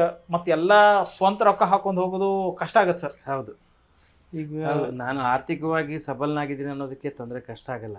Sir but ಜನ ವಾಲಂಟಿಯರ್ ಆಗಿ ಅವ್ರದೇ ದುಡ್ಡಲ್ಲಿ ಜನರ ಸಹಭಾಗಿತ್ವದಲ್ಲಿ ಮಾಡೋದಿದೆಯಲ್ಲ, ಲಾಂಗ್ ಟೈಮ್ ರನ್ಗೆ ಹೆಲ್ಪ್ ಆಗುತ್ತೆ. ಜನ ಅಟ್ಲೀಸ್ಟ್ ಅವ್ರ ಟೈಮನ್ನು ಅವ್ರದ್ದು ವೀಕೆಂಡ್ಸಲ್ಲಿ ವೀಕೆಂಡ್ಸಲ್ಲಿ 3 hours ಡೊನೇಟ್ ಮಾಡಿದ್ರೆ ಸಾಕು. 9ರಿಂದ 1 ಗಂಟೆವರೆಗೆ ನಾವೆಲ್ಲೋ ಕ್ಯಾಂಪ್ ಮಾಡ್ತೀವಿ ಅಂದ್ರೆ ಹೆಸರು ಬರ್ಕೊಳ್ಳೋದಾಗಲಿ, ಮೆಡಿಸಿನ್ಸ್ ಕೊಡೋದಾಗಲಿ, ಅಡ್ವೈಸ್ ಮಾಡೋದಾಗಲಿ. ವಾಲಂಟಿಯರ್ ಜಾಬ್ ಅಂದರೆ ಅನ್ಪೇಯ್ಡ್ ಜಾಬ್ ಅದು. ಮತ್ತು ಅವ್ರಿಗೆ ವಾಲಂಟಿಯರ್ ಅಪ್ರಿಸಿಯೇಷನ್ ಸರ್ಟಿಫಿಕೇಟ್ ಬೇರೆ ಕೊಡ್ತೀವಿ. ಮತ್ತು ಅವ್ರಿಗೆ ಪ್ರೋತ್ಸಾಹ ಮಾಡ್ತೀವಿ. ಅವ್ರಿಗೆ ಗೊತ್ತಾಗುತ್ತೆ ಸಮಾಜ ಏನಿದೆ, ಏನು ಸ್ಥಿತಿ ಇದೆ, ಅವ್ರಿಗೆ ಅರ್ಥ ಮಾಡೋಕ್ಕಾಗುತ್ತೆ. ಅವು ತುಂಬ ಜನ ನಮಗೆ ಸಪೋರ್ಟ್ ಮಾಡ್ತಾಯಿದ್ರಿ. ಏನಂದರೆ ನಾವು ಇವು ಸ್ವಲ್ಪ ಗ್ಯಾಪ್ ಇತ್ತು ನಮ್ಮದು, ಈಗ ಮತ್ತೆ ಶುರು ಮಾಡ್ತಾಯಿದ್ವಿ. ಸುಮಾರು ಜನ ನಮಗೆ ಅಪ್ರೋಚ್ ಮಾಡ್ತಾ ಇದ್ದಾರೆ. ಈ ವಿಡಿಯೋ ಮುಖಾಂತರ ಯಾರಾದರೂ ವಾಲಂಟಿಯರಾಗಿ ನಮ್ಮ ಜೊತೆ ಜಾಯ್ನ್ ಆಗುವಂಥದ್ದು ಅಥವಾ ಹೆಲ್ಪ್ ಮಾಡೋವಂಥದ್ದು ಮಾಡಿದರೆ ತುಂಬ ಹೆಲ್ಪ್ ಆಗುತ್ತೆ. ಸರ್ ನಿಮ್ಗೆ ಹೆಂಗೆ ರೀಚ್ ಆಗಬೇಕು? ಒಂದು ಮೆಡಿಕಲ್ ಸಪೋರ್ಟ್ಗಾಗಲಿ ಸಪೋಸ್ ಅವ್ರು ಏನಾದರೂ ನಿಮ್ಮ ಸರ್ವಿಸ್ ಕೊಡ್ಬೇಕಂತಾರೆ. ನಂದು ಇದರಲ್ಲಿ ಗೂಗಲ್ ಮಾಡಿದ್ರು doctor Sunil Kumar Hebbi, AI doctor Sunil Kumar Hebbi, WhatsApp ಇನ್ಯಾವುದೇ AI ನನ್ನ ಹೆಸರು ಹಾಕಿದೆ doctor Sunil Kumar Hebbi. Contact details ಅಂದರೆ ನನ್ನ ಕ್ಲಿನಿಕ್ ಅಡ್ರೆಸ್ಸು, ಫೋನ್ ನಂಬರ್ ಸಿಗುತ್ತೆ. AI ಆಗಲಿ ಗೂಗಲಲ್ಲಿ ಹಾಕಲಿ ಎಲ್ಲಿ ಹಾಕಿದ್ರು ನನ್ನ ಹೆಸರು doctor Sunil Kumar Hebbi doctor on wheels ಅಂತ ಹಾಕಿದರೆ ನನ್ನ ನಂಬರು, ನನ್ನ ಅಡ್ರೆಸ್ಸು ಎಲ್ಲರಿಗೂ ಸಿಗುತ್ತೆ. ಅಂದರೆ ಅಷ್ಟು ವೈರಲ್ ಆಗಿ ಹೋಗಿದೆ ಅದು ಕೋವಿಡಲ್ಲಿ. ಹಾಗಾಗಿ ಒಂಥರ ಟೋಲ್ ಫ್ರೀ ನಂಬರ್ ಥರ ಆಗಿದೆ. ಅಪ್ರೋಚ್ ಮಾಡಿ ನಿಜವಾಗ್ಲೂ ನೆಸೆಸಿಟಿ ಇರೋರು, ಅವಶ್ಯಕತೆ ಇರೋರು ಮಾತ್ರ ನನಗೆ ಫೋನ್ ಮಾಡಿ, ವಾಟ್ಸಪ್ ಮಾಡಿ. ಯಾಕಂದರೆ ಅನ್ನೆಸೆಸರಿ ಆಗಿ ಫೋನ್ ಮಾಡೋದಕ್ಕಿಂತ ನೆಸೆಸಿಟಿ ಇರುವಾಗ, ತುರ್ತಾಗಿರುವಾಗ ಫೋನ್ ಮಾಡಿದರೆ we can help them. Sir ಈಗ you are limited to Bengaluru? ನಮ್ಮ ಬೆಂಗಳೂರು ಸುತ್ತಮುತ್ತ ಮಾಡ್ತಾರೆ. ಬೆಂಗಳೂರು, ರಾಮನಗರ, ಚಿಕ್ಕಬಳ್ಳಾಪುರ, ದೊಡ್ಡಬಳ್ಳಾಪುರ ಈ ಸರೌಂಡಿಂಗ್ಸ್ ಮಾಡ್ತಾರಂತ. So okay.